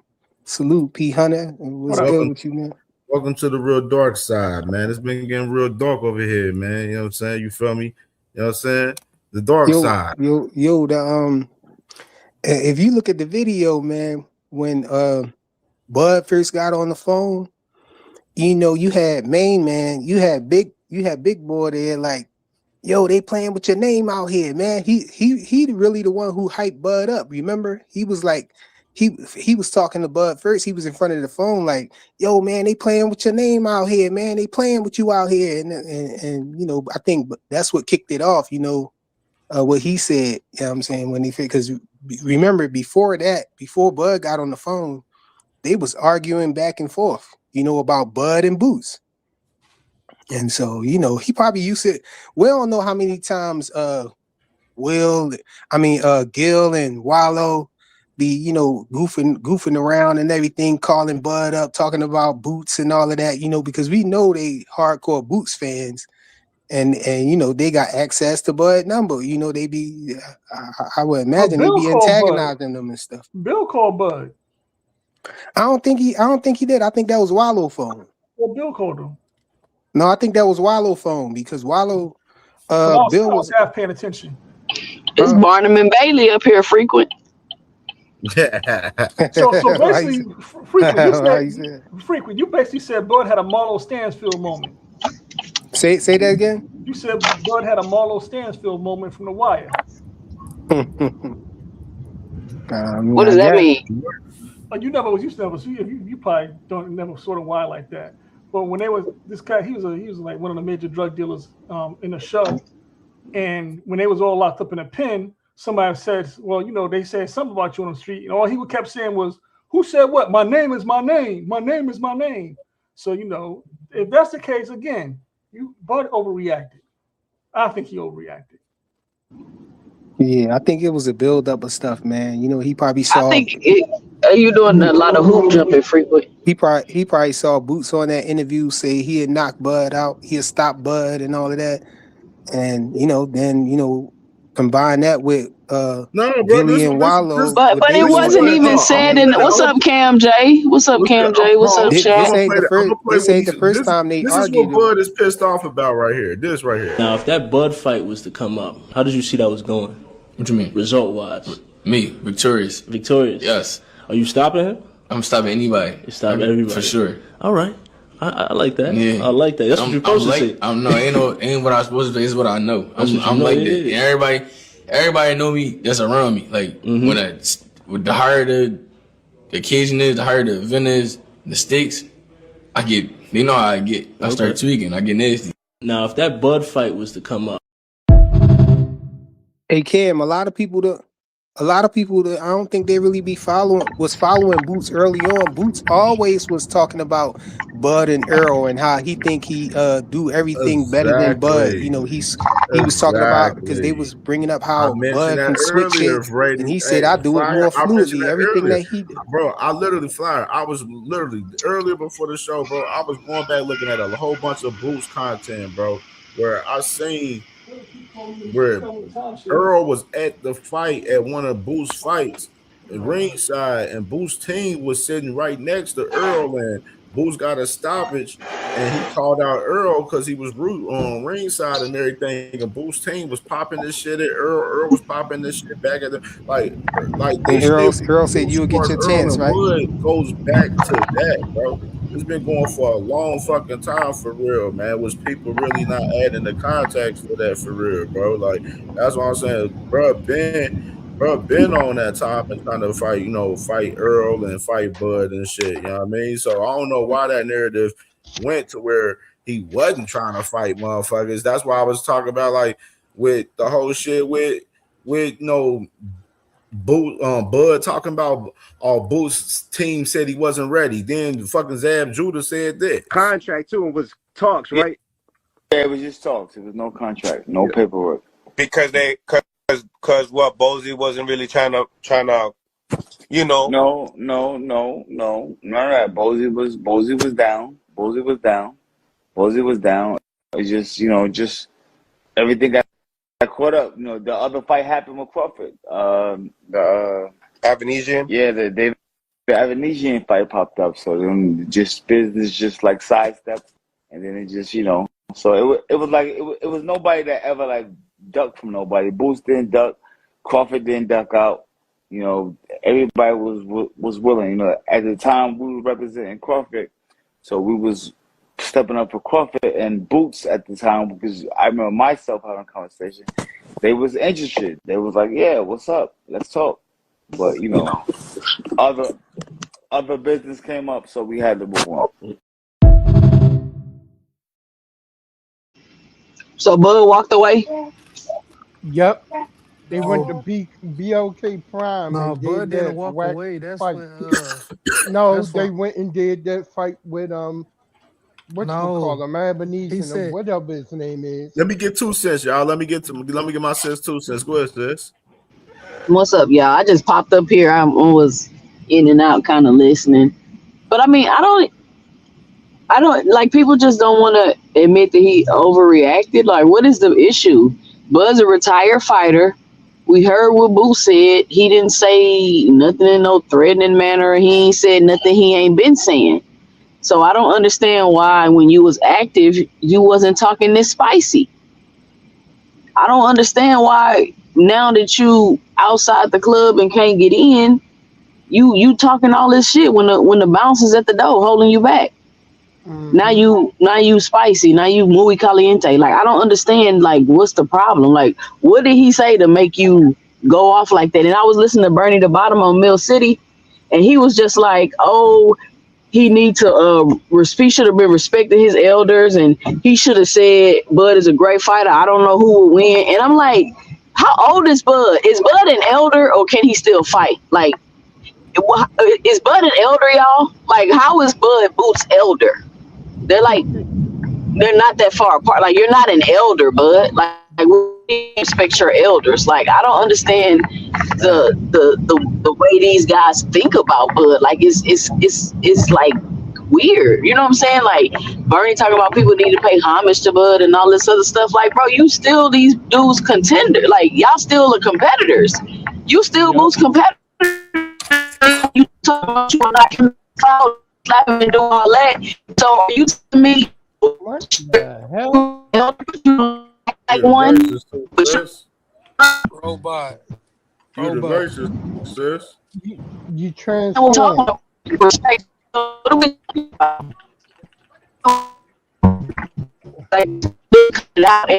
Ended. Can beat Terrence. There she goes. She comes right down. Run that back. What you was saying, sis? You was in the matrix for a second. Go ahead and run back what you was saying. Am I back? Yeah, you back now. Yeah, you run back what you Am was I saying. Yeah, you back. Oh. We can hear you. Yeah, run back what you was saying because you was. What was the last thing y'all heard? I don't even remember. I don't remember what the last thing I said. What y'all heard last? You was talking, and then it said, "We have been detected, transformed." But what did y'all hear last? Like, I don't know where I stopped hearing me at. Just start over. You did the sound wave. Man, what? As soon as she started talking, as soon as she started talking, you just went sound wave, transform, and the shit was like. Well, can y'all hear me now? Am I good now? Yeah, we got you. You good now. I'm trying to figure out a bad patch. Just repeat. Yeah. Hey, I was saying I don't understand what the issue is that we're having right now. Bud is retired, and if Bud want to fight, he just need to come back and fight. Right now, you screaming from retirement how you would have knocked somebody out and ruined somebody's career and did all of this. But where you were active, you wasn't talking this spicy about Boots. And everybody sitting here acting like, oh, Boots wasn't trying to fight him. How was Boots not trying to fight him when he ended up his mandatory and Bud walked away? He got stripped and walked away. Yep. Like, I don't understand. You feel what I'm saying? And so then you got Bernie the boxer talking about Bud acting like that because he felt disrespect because Boots need to respect him because of the elder and all this other You shit. starting to transform How is again. Bud Boots elder? But ain't no. He only 10 years older than him. That's God. That's God talking right there. Hey man, do y'all agree that? I feel like Boots. If he beat Xander Zayas, after he beat Xander Zayas, he need to call out Bud For what? and Devin. For what? For what? Because he just gonna look like a. I feel like he gonna look like a sucker if he don't call him out. Bud is retired, and Bud is a I feel like he gonna look like he's scared if he don't call him out, bro. Man, hold up, freaking. Hold up, nigga. Hold on. Scared of what? Let me explain. Let me explain because Bud was we just heard the world just heard Bud talking crazy about Boots. So retired. if Boots don't say nothing, because Bud made it seem like if Boots say his name, then he gonna be out of retirement and coming back to fight Boots. So Boots just gotta call his bluff.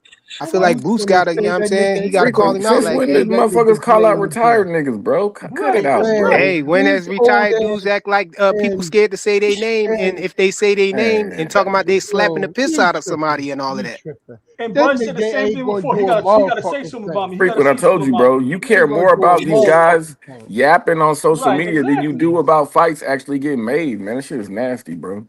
Yeah. Yo, if you said you wasn't coming over here on CamJNetwork no more, and I said if you come over here, I'm gonna slap the piss out of your face.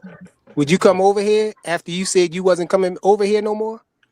Hell yeah, come over there. Exactly. So Boots need to call him out there. I walk up to you and say, He already called him out, frequent. How many times? Hey, y'all ever been in a fight and somebody be like, "Hit me again"? His name. He said Boots ain't saying his name. No. But you ever been? Hold on. You ever been in a fight with somebody and they like, "Push me again. Push me one more time. Hit me one more time. Do it again. Do it one more time. Do it." That's Bud right now. And all Bud who on here heard him say Bud name though? Look. Bud. How many times he told Bud, "Come back, come take your belt back." He been trying to fight Bud. He been telling Bud he'll fight Bud. What are we talking about? He was calling Arrow and Bud out for 2 years, man. Like, let's not act like I know he Bruce was. said in the interview he don't let's like not act like we forget this shit. Out. But it's never him initiating title it holder, though. somebody that's actually fighting, somebody that's it's never him initiating though. It's always somebody asking about him. Look, But Bud trying to intimidate Boots, and that shit ain't gonna work. Now, to be honest, Bud is scared of Bud. Might be scared of real Bruce. quick, y'all. Hold on, let me get D-Free. D-Free was good, bro. Talking loud. What's going on, man?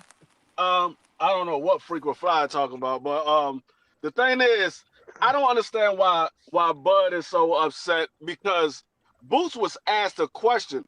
He's a fighter. What is he supposed to say? Nah, Bud gonna beat me? No, he's supposed to say, I'm gonna win that fight. And they asked him, are you gonna knock him out? Yeah, I knock anybody out. You look at the man record, the man got a 90% knockout ratio. What is he supposed to say? What is he supposed to say? He's supposed to say, no, I might win a close fight. No, the man speaking. Bernie the boxer said he was supposed to say he don't know who gonna win. That's what Bernie the boxer said. I don't think that was it. D-Free. I already had words with Bernie the boxer. He don't matter to me at all. I know what he is. I know what he is. But the thing is, like 2 Cents said, the man was his mandatory. What else do he need to do to get the fight? He don't need to call him out. He don't need to do anything. What he did was use his action to speak louder than words. He became the mandatory. You chose to say, that's a high risk, low reward. I'm not fighting that man. So you said you wasn't fighting. Boots never said, I'm not fighting Bud. You did. So what are we talking about? Y'all act like the man haven't actually said this is crazy because there's literally footage of Bud saying these things, and y'all act like he didn't say it. It's Boots that didn't want to fight when Bud is the one that said it. I don't understand. The man is using his action to speak for him. Bud is using words to speak for him. Boots put himself in position to be the mandatory of Earl, or Bud, whoever became undisputed, he was the mandatory. D3. So you don't think that Boots need to call out Bud? You don't think he should? Why would he he need to call already out? been Why calling would he him need to out. call? Why would he need to call him out? The man is retired. For what? Why would I want to call out a retired man? I'm not. Because he told him to say his name. You said he need to call out Bud and Devin. For one, Bud is retired. For two, Devin is not even at the weight class. Why is he calling out Devin? He needs to call out the champions that's at the weight class. Sebastian Findor and the other dude. Josh Kelly and Xander. Yeah, I that's don't who he know. I'm needs not. to call out. And then see That's what's who he going needs to on call out. with Ortiz. That sounds like passive behavior to me. If you ask me, that's Man, passive I behavior. don't even know what Devin got to do with this conversation. Devin ain't got nothing. Well, He the just reason why I said Devin, why he gotta call out Devin, bro? the reason why I said that, the reason why I said Devin, like he called Xander out. the reason bro. why, we not the reason doing why I said that. Devin, the reason why I said Devin because also in that video, Bill grabbed the phone Frequent, you and know you told can't be Bud. no MC over here though, bro. You gotta wait your turn over here. Yeah, come on, cuz. This Oh, ain't y'all Haney ain't trying to playing, hear what I nigga. was saying? You don't got your cheat button over here, nigga. This is not I'm a saying y'all ain't trying to hear what I was saying. Let me get Joseph. Let me get Joseph in here. I ain't get to get Oh Joseph. yeah, go ahead, cook on it then. Yeah. I just don't understand like why people mad at Bud reactions. Like we can't tell a grown man how to react. He can Because a react grown man however he shouldn't want react to like react. that. He acting gay. That's your what it opinion. is. That's your opinion, but He I acting like a can't. punk. No, that's not my opinion. That's a Damn. fact. Grown men Like, gotta have niggas themselves a just higher keep standard interrupting. than a younger person. Niggas is gonna keep interrupting. Earl Spence would never. Right. If I've been Damn. Damn. Can I get it off? Y'all just gonna get nah, your you really panties in the can't. bus You like should this? stop talking when you said a grown man should act certain. Come on, man. Nah. But you nicer than your Nah. brother, so go ahead. Come on now, man. Hey, but y'all can't tell a grown man how to respond. Like it don't make no sense to me. Like y'all want him to respond a certain way when a nigga said he'll knock him out. He can say whatever he want to say at that point. That's just like me going up to slap a nigga, He and ain't then a say he nigga was gonna shoot, knock him out, but keep continue. and a nigga shoot me in the foot. How can you be mad at the nigga shoot me in the foot? Cause I shot him. I mean, I slapped him. So like y'all can't control nobody's reactions. He can react how he want to react. That's all I had to say. Do you know It's when you not become an adult, Joseph? Do you know when you become an adult, you're supposed to control your reactions? It's not okay to react however you want to react, like you a fucking toddler. You do realize that, right? This ain't about being no adult. This is a gladiator sport. You can't No. tell him how to Oh, react. It's not a it's not even gladiator about sport. how he Hold reacts. on. Let me finish, because secondly, I want to say I didn't hear anybody up here tell him how to react. We're talking about how he reacted. So you're right. He can react however he want to react. I'm not telling him how to react. I'm just talking about how he reacted. I swear I heard somebody say, you ain't supposed to react like that. I said Don't it. You do don't that. supposed to react like that. That's what I'm saying. Don't tell a grown You're a man how to child. That's a react child's because behavior. no, all I'm saying is I'm gonna slap him in the if middle of the street. You ain't gonna do somebody none of told that. you how to, if I told you Hey, you the same way. reacting to how The he same. reacting, he would be mad at me, right? That's all I I'm don't saying. think nobody's telling him. I don't think nobody's telling him not. Nobody's trying to tell him how to react. We trying to get him to not act like a bitch, motherfucker. No, You he just retired, said he is so telling you him how to motherfucker. react. What You are you talking retired. about? So Nah, he why? lying, Joe. Hold on, motherfucker. You retired. So you should have been fine with your accomplishments. You retired with 15 motherfucking belts and a padded record of 40 something and 0. Like, and nobody put you underneath no pressure. Your weak ass fans ain't put you underneath no pressure to defend those belts, to defend being undisputed. We just seen Inouye defend himself 6 times. 6 times Inouye defended 4 motherfucking belts. But we sitting here talking about a punk motherfucker who will talk shit about somebody from the safety of retirement and to get all these belts just to run to another safe ass weight class and talk shit about competition that he could have faced, and then go on and say some pussy shit like, I tried to fight him. I tried to this. Motherfucker, who you ran down and sent the offer to?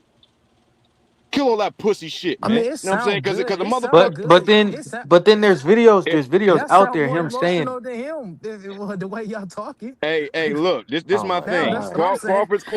Crawford's corner is only smart to dumb motherfuckers, bro. Straight up, because motherfuckers will sit here and say that he tried to fight him, but the only way that you prove that you're physically better than somebody in a physical sport like boxing is by actually beating them the fuck up, or at least sending them an offer. At least sending them an offer to show that you was willing to put hands on them, not by getting all the belts and then running to another division talking about you on another fucking level. That's not how you prove it. And there ain't nobody else that you can name that had 4 belts or even less belts than that ran off to another division and talked about somebody. Hold on. And talked about somebody who was there available to face them. Who name another champion who's done some pussy shit like that? Can I tell you that you being too emotional I right now? want y'all to answer you that. shouldn't react like that. I can't What's tell you that, bro? I'm just saying this is what it sounds like. What'd you ask me? I said, can I tell you being too emotional right now? You shouldn't react like that. Can I tell you that? I mean, you could say that, but in regards to what?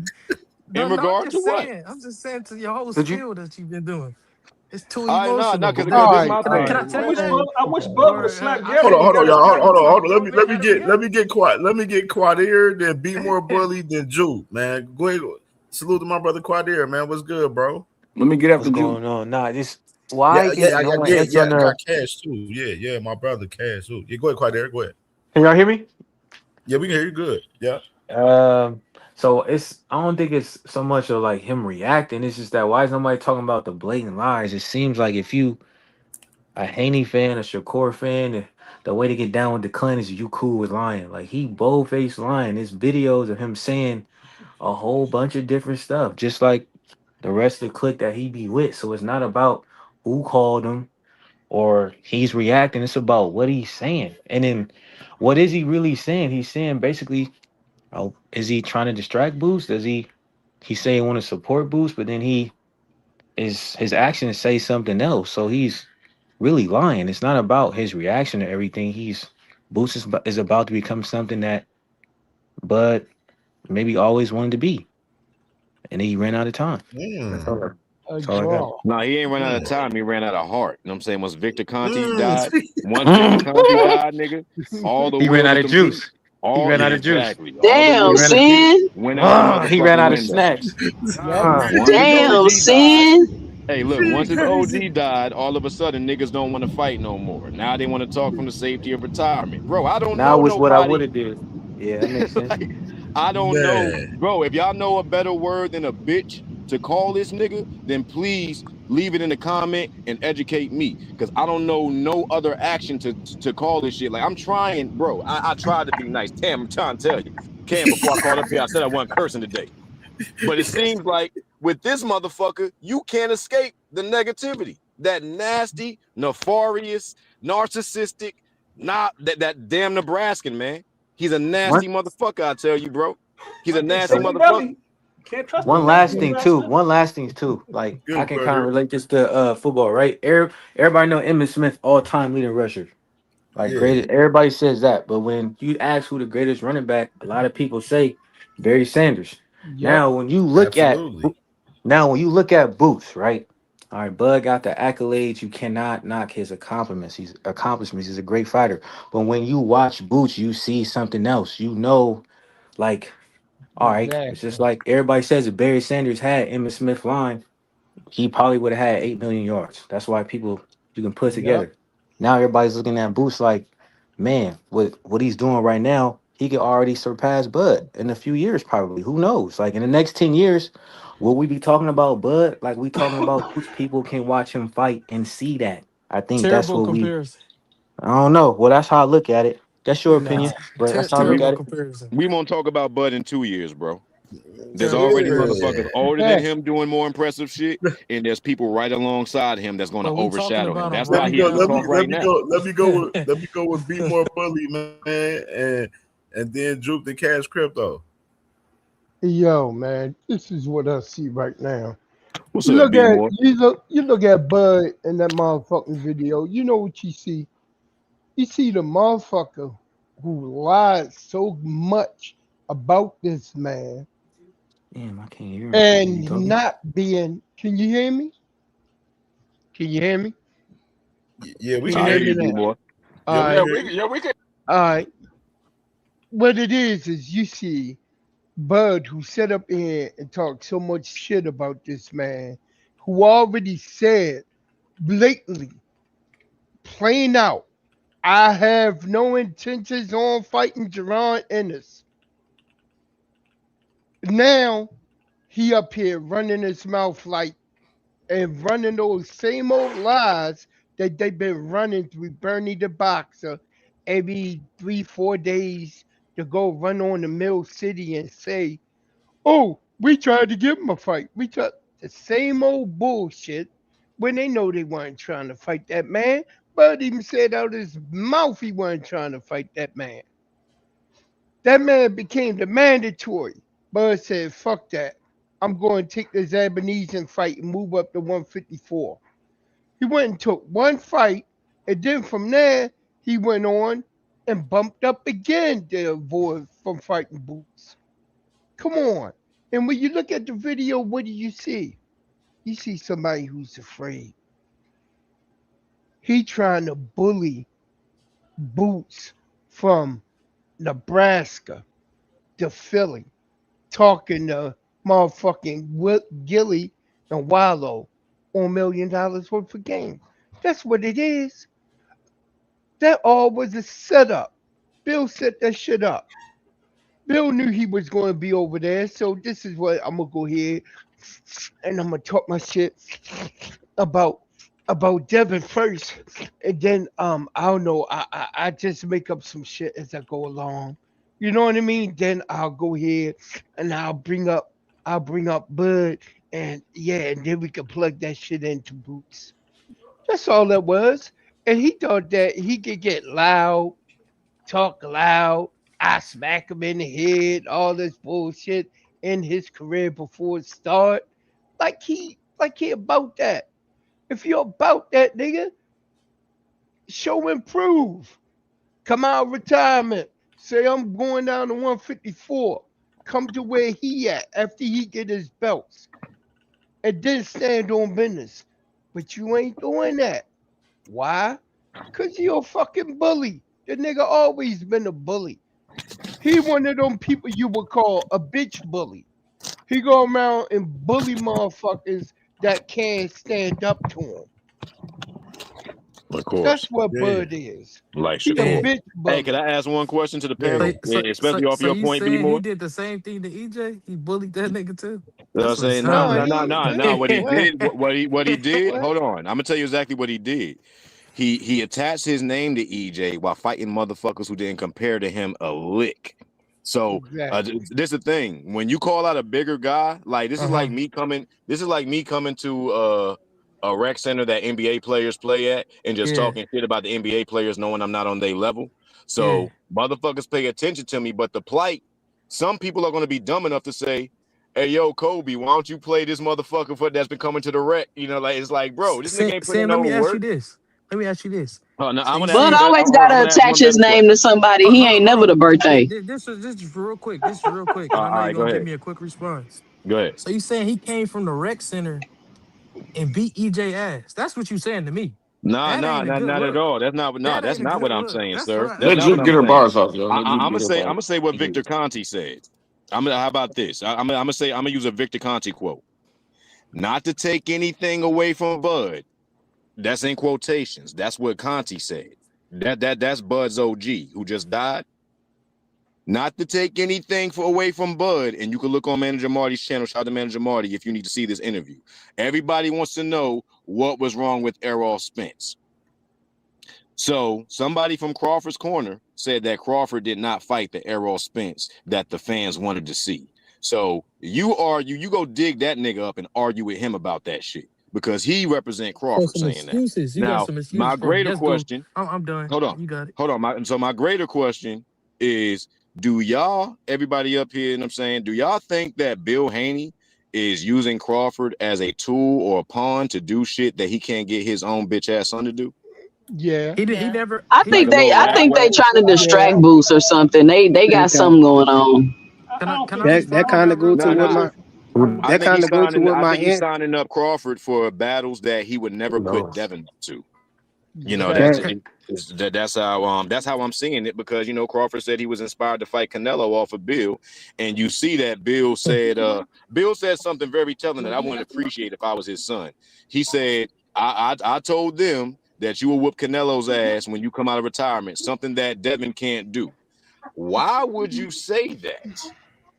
You asked us that first question just to ask it, or you really wanted us to That's what answer? I'm waiting on. Hey, No, I'm frequent painting the whole scenario. So I heard a lot of niggas who I agree ain't want to with hear Did you. nothing you from you, frequent, but I Respond. mean, feel free, because I know okay? you the Yeah, big it was a big lot of niggas Hanos. who agree with I you. know you the big Hanos fan. Well, that's the answer to your question is the same reason that I was going to tell that I was trying to tell him that Boots should call out Devin, because Why would Boots Bill call took out a weaker No, opponent? man, no. Fuck all that. Fuck all Boots that. Let me go with. Let me hold Bill on. took Stop the because presses. Bill. Stop the presses. Let's Oh, you go. don't want to hear it? Let me go with These Juke and dudes Cash don't believe Crypto. it. I got more people on the panel to talk real quick. Let's go with Juke and Cash Crypto. Hey, What's good, Cam. sis? Hey, panel. How y'all doing? Hey, what up, What up, Juke? Y'all ain't said a lot. What's I good, forgot Juke? what I was about to say. Chef They try to Juke. silence the truth, What y'all. up? I know it's okay. I was just gonna say, I think it's just like a cop out when people keep doing this whole, oh, y'all trying to tell people how to react. I've seen people do whole lives about how they didn't like the way Tank reacts to Shakur when Shakur's name's mentioned. We've seen people do reactions. I think what people are doing, or they call you emotional, whatever. I don't like the way you reacting. It's just at the end of the day, when you say things that people can't rebut or they don't have a response to, they just try to detract from the conversation.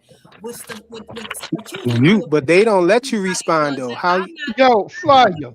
Could you put him in the back? Because I'm sorry. Yeah, throw me in the back, bro. Yeah, just shut Go up, man. ahead, That's throw all me in you the gotta back. do. You see, I didn't Just shut up, Flyer. Throw me Flyer, off, bro. shut up. Shut up. Oh, let her talk, bro. Anyway, so I just think that's like they do that because I've seen them do the same thing. Like, I don't like the way Tank reacted to this. Now they're saying, "Oh my God, y'all trying to tell that man how to react," when they do it every day. It's just a cop out. Same reason why they keep every time we bring up Bud, they try to bring up Arrow to the track.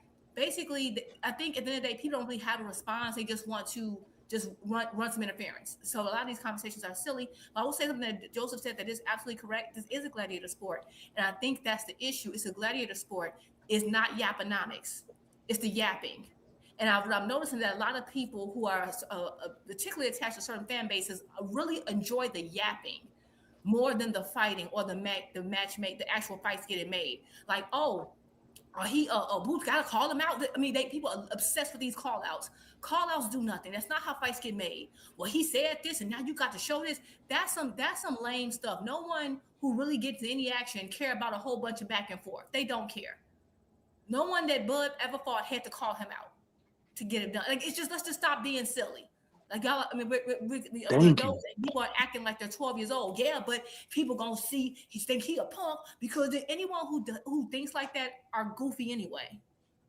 At the end of the day, does he have to call him out? No. If he wants to, fine. But I think he needs to focus on what the task at hand. Forget Bud. Bud is retired. Now, Bud can say whatever he wants. That man is a legend. And reason why I don't think that response, why it's backfiring to me, is because he has the right to say what he wants to say. He's a freaking living legend. This man, 3-time undisputed, all the accolades, all the things. That's fine. This is the problem. His response showed it looked like he was very angry or frustrated because he already addressed Boots' comment via Twitter. Remember, he had the comments. Everybody went over that. We was over it. Then he did it again, but this time he has all this fervor, anger. He didn't even show this much anger to Gary Russell about the conversation when Gary smacked him or whatever the heck he did. He didn't show this much anger to people he actually fought. So it looks like it is from him because he won the PR. He won the PR side. His reaction made it look like this man Boots is getting under his skin. Meanwhile, Boots out here just being all, he's real kind of nonchalant, and it looks like he's gotten under your skin, and that people, the word on the street, and they're bringing it back to you. You can, like, if you're secure and everything you did, it shouldn't get to you, but it is. When people said things about Floyd like, let me tell you tell me cars I got. Remember you do that? You try to say this person said it better than you. Floyd never got out of his body with it, never. And all I'm saying is that that reaction is like a tail sign. So that's why I would prefer him not to respond, because you retired. You supposed to be showing them like, hey, I won. And also what it did. And the reaction mixed with the lies. Not to cut you off, Juke, but I just want to throw that in there. I was about to say that too. That's the other problem. Your response, you gave statements that now people can pick apart and finding out that some of it's not true. Some of it is, some of it's not. So now people is making people think, did he duck? Now, do I think he dug Boots? No, I don't think either one of them ducked each other. But all you did was just like you opened a can of worms that was sealed shut. You won the PR battle just to reopen it, and now people are nitpicking. I'm seeing videos of clips I hadn't seen, and it's contradicting the stuff you're saying now. All I'm saying is that you had already won. Sometimes when you win, bow out and let it go. But by doing that, now we would have had those videos we saw last night on 2Sis channel had he not said or did all that, because no one would have went back and double checked. It's like you gotta wait, like you know what I'm saying? Like not now it does look funny. Not to me, because I mean it ain't that deep to me. At the end of the day, he did not want to fight him, and it's not because I think he's ducking. He said, I got bigger fish to fry. I'm on to a new level. I only want a big name. I only want he gave multiple reasons. Whatever reason, fine. Cool beans. But you can't then say, oh, well, I couldn't because this happened, and we found out it's not true. That's all I'm saying is that. So it's not that we're trying to police what he says. It's just like you were in a better spot by not saying anything. Now people are looking at you funny. So now that does kind of affect how people view you if that's something you're concerned with. But just a week ago, he said he wasn't concerned with any of this and that he won and he happy and he living his life. But then 5 days later, you're screaming on the telephone on the phone. It's just. And I feel like I agree with 2 Cent. I do think Bill is winding him up. And I do think it's a distraction. Well, what about Devin? Devin ain't retired. Let me go with Cash next. Cash. Hey, I want to ask Juke. Hey, Cam, could I ask Juke just as one question before you give it to Cuz? I'm listening. Yeah. Hey, Juke, I just want to know. I'm sure you heard when Crawford said that Boots is low high risk, low reward, right? Yes. So do you think that risk that he was talking about was the risk of him, like that Crawford may have seen himself getting his ass beat from pillar to post in that ring, and that was the risk that he was talking about, and there was no reward behind it? I think he meant that this is not an easy fight, and so it's like if I'm gonna take a huge risk, I think he knows it's not an easy fight for either one of them. It's not an easy fight, but I think he's like, but there's a chance. There is a chance that I won't come out victorious, and then I'm not paid as handsomely as I've been in previous fights that were less risk. So did Boots sound like he was risking anything when he said what he said though? What do you mean? Did Boots sound like it was a risky fight for him, like in terms of just in his mentality that it was? But I think Boots sees every fight as a risk, and that's why he stays in the gym. But I think he knows it's a risky fight. But what about Devin? Devin ain't retired. Don't nobody care about Devin. He's nobody. We're talking about. I mean, do y'all want him to fight Boots or not? Like, Devin ain't even fight. He's not even fighting Rolly frequent. If he can't beat Rolly and Ryan, bro, what? This is not Man, y'all be flip flopping. Yo, this ain't your show, Flyer. I know it ain't, but y'all be flip flopping. Now y'all want him to fight Boots. Now y'all want Boots to fight Devin.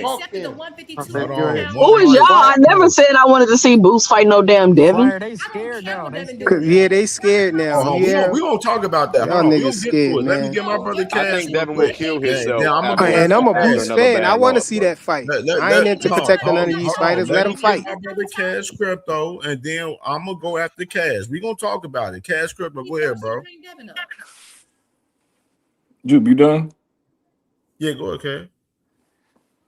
Man, I thought 2 Cents thoroughly made this nigga Bud look like a whole ass capping nigga on that timeline she put together of this nigga capping. And I'm glad she went and found that video when the nigga said Boots' name never came up. And if you would have rewound that video, he would have first said, I'm my own boss. But Boots' name never came up. When I heard that shit, that's all I needed to hear back then to know that he dug Boots, you guys, man. I mean, anybody with some common sense can put this shit together. It's only you motherfuckers that got this man fan shit going on in your heart. You got these emotions tied to these niggas, man.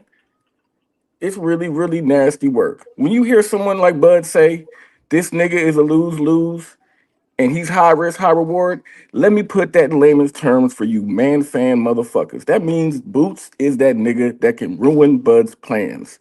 If that ain't stamping a nigga on accident, I don't know what is. So y'all niggas need to figure this shit out on your own, man. Quit crying over these motherfuckers, man. This shit should not be flying over your fucking head. It only is because you niggas is in love with some of these niggas. Just give Boots his credit, man. That nigga Bud ducked that nigga. And Zab Judah exposed him really on accident when he said, nah. Bozy was down with it, but this other shit came up. The other shit that came up, they went and paid extra money to get David Avenesian out of a fight instead of just fighting Boots, man. That lets you know Bud didn't want that smoke. So miss me with the bullshit, man. Ooh, Cash, what about Devin though, Cash? Man, I already told you on your show, Frequent. I told you on your show, Boots will smoke that nigga in 3 rounds. No, you don't I'm really saying, want to see should he that call fight. him out though? Because they over here acting kind of weird though, bro, about it. Devin had the opportunity to fight him at 152, bro. That's what I told you. That was No, Turkey. but Turkey sent Devin an offer at 152. Why didn't Devin take it if he really wanted to fight Boots? But in this video that everybody going crazy about, Bill took the phone and told him, "Don't worry about Boots. He said, Boots, we got him." So what that mean, Cash? Hold on. We don't care about that. that. Would they keep that same energy for Boots Ennis? That's the question that I have right there. What you say? That's a real live, genuine question right there. Will they keep the same again? energy for Boots Ennis if he grabs those 2 straps off of Xander Zayas? Me personally, bro, in the video that y'all talking about, Bill literally said Devin got Boots.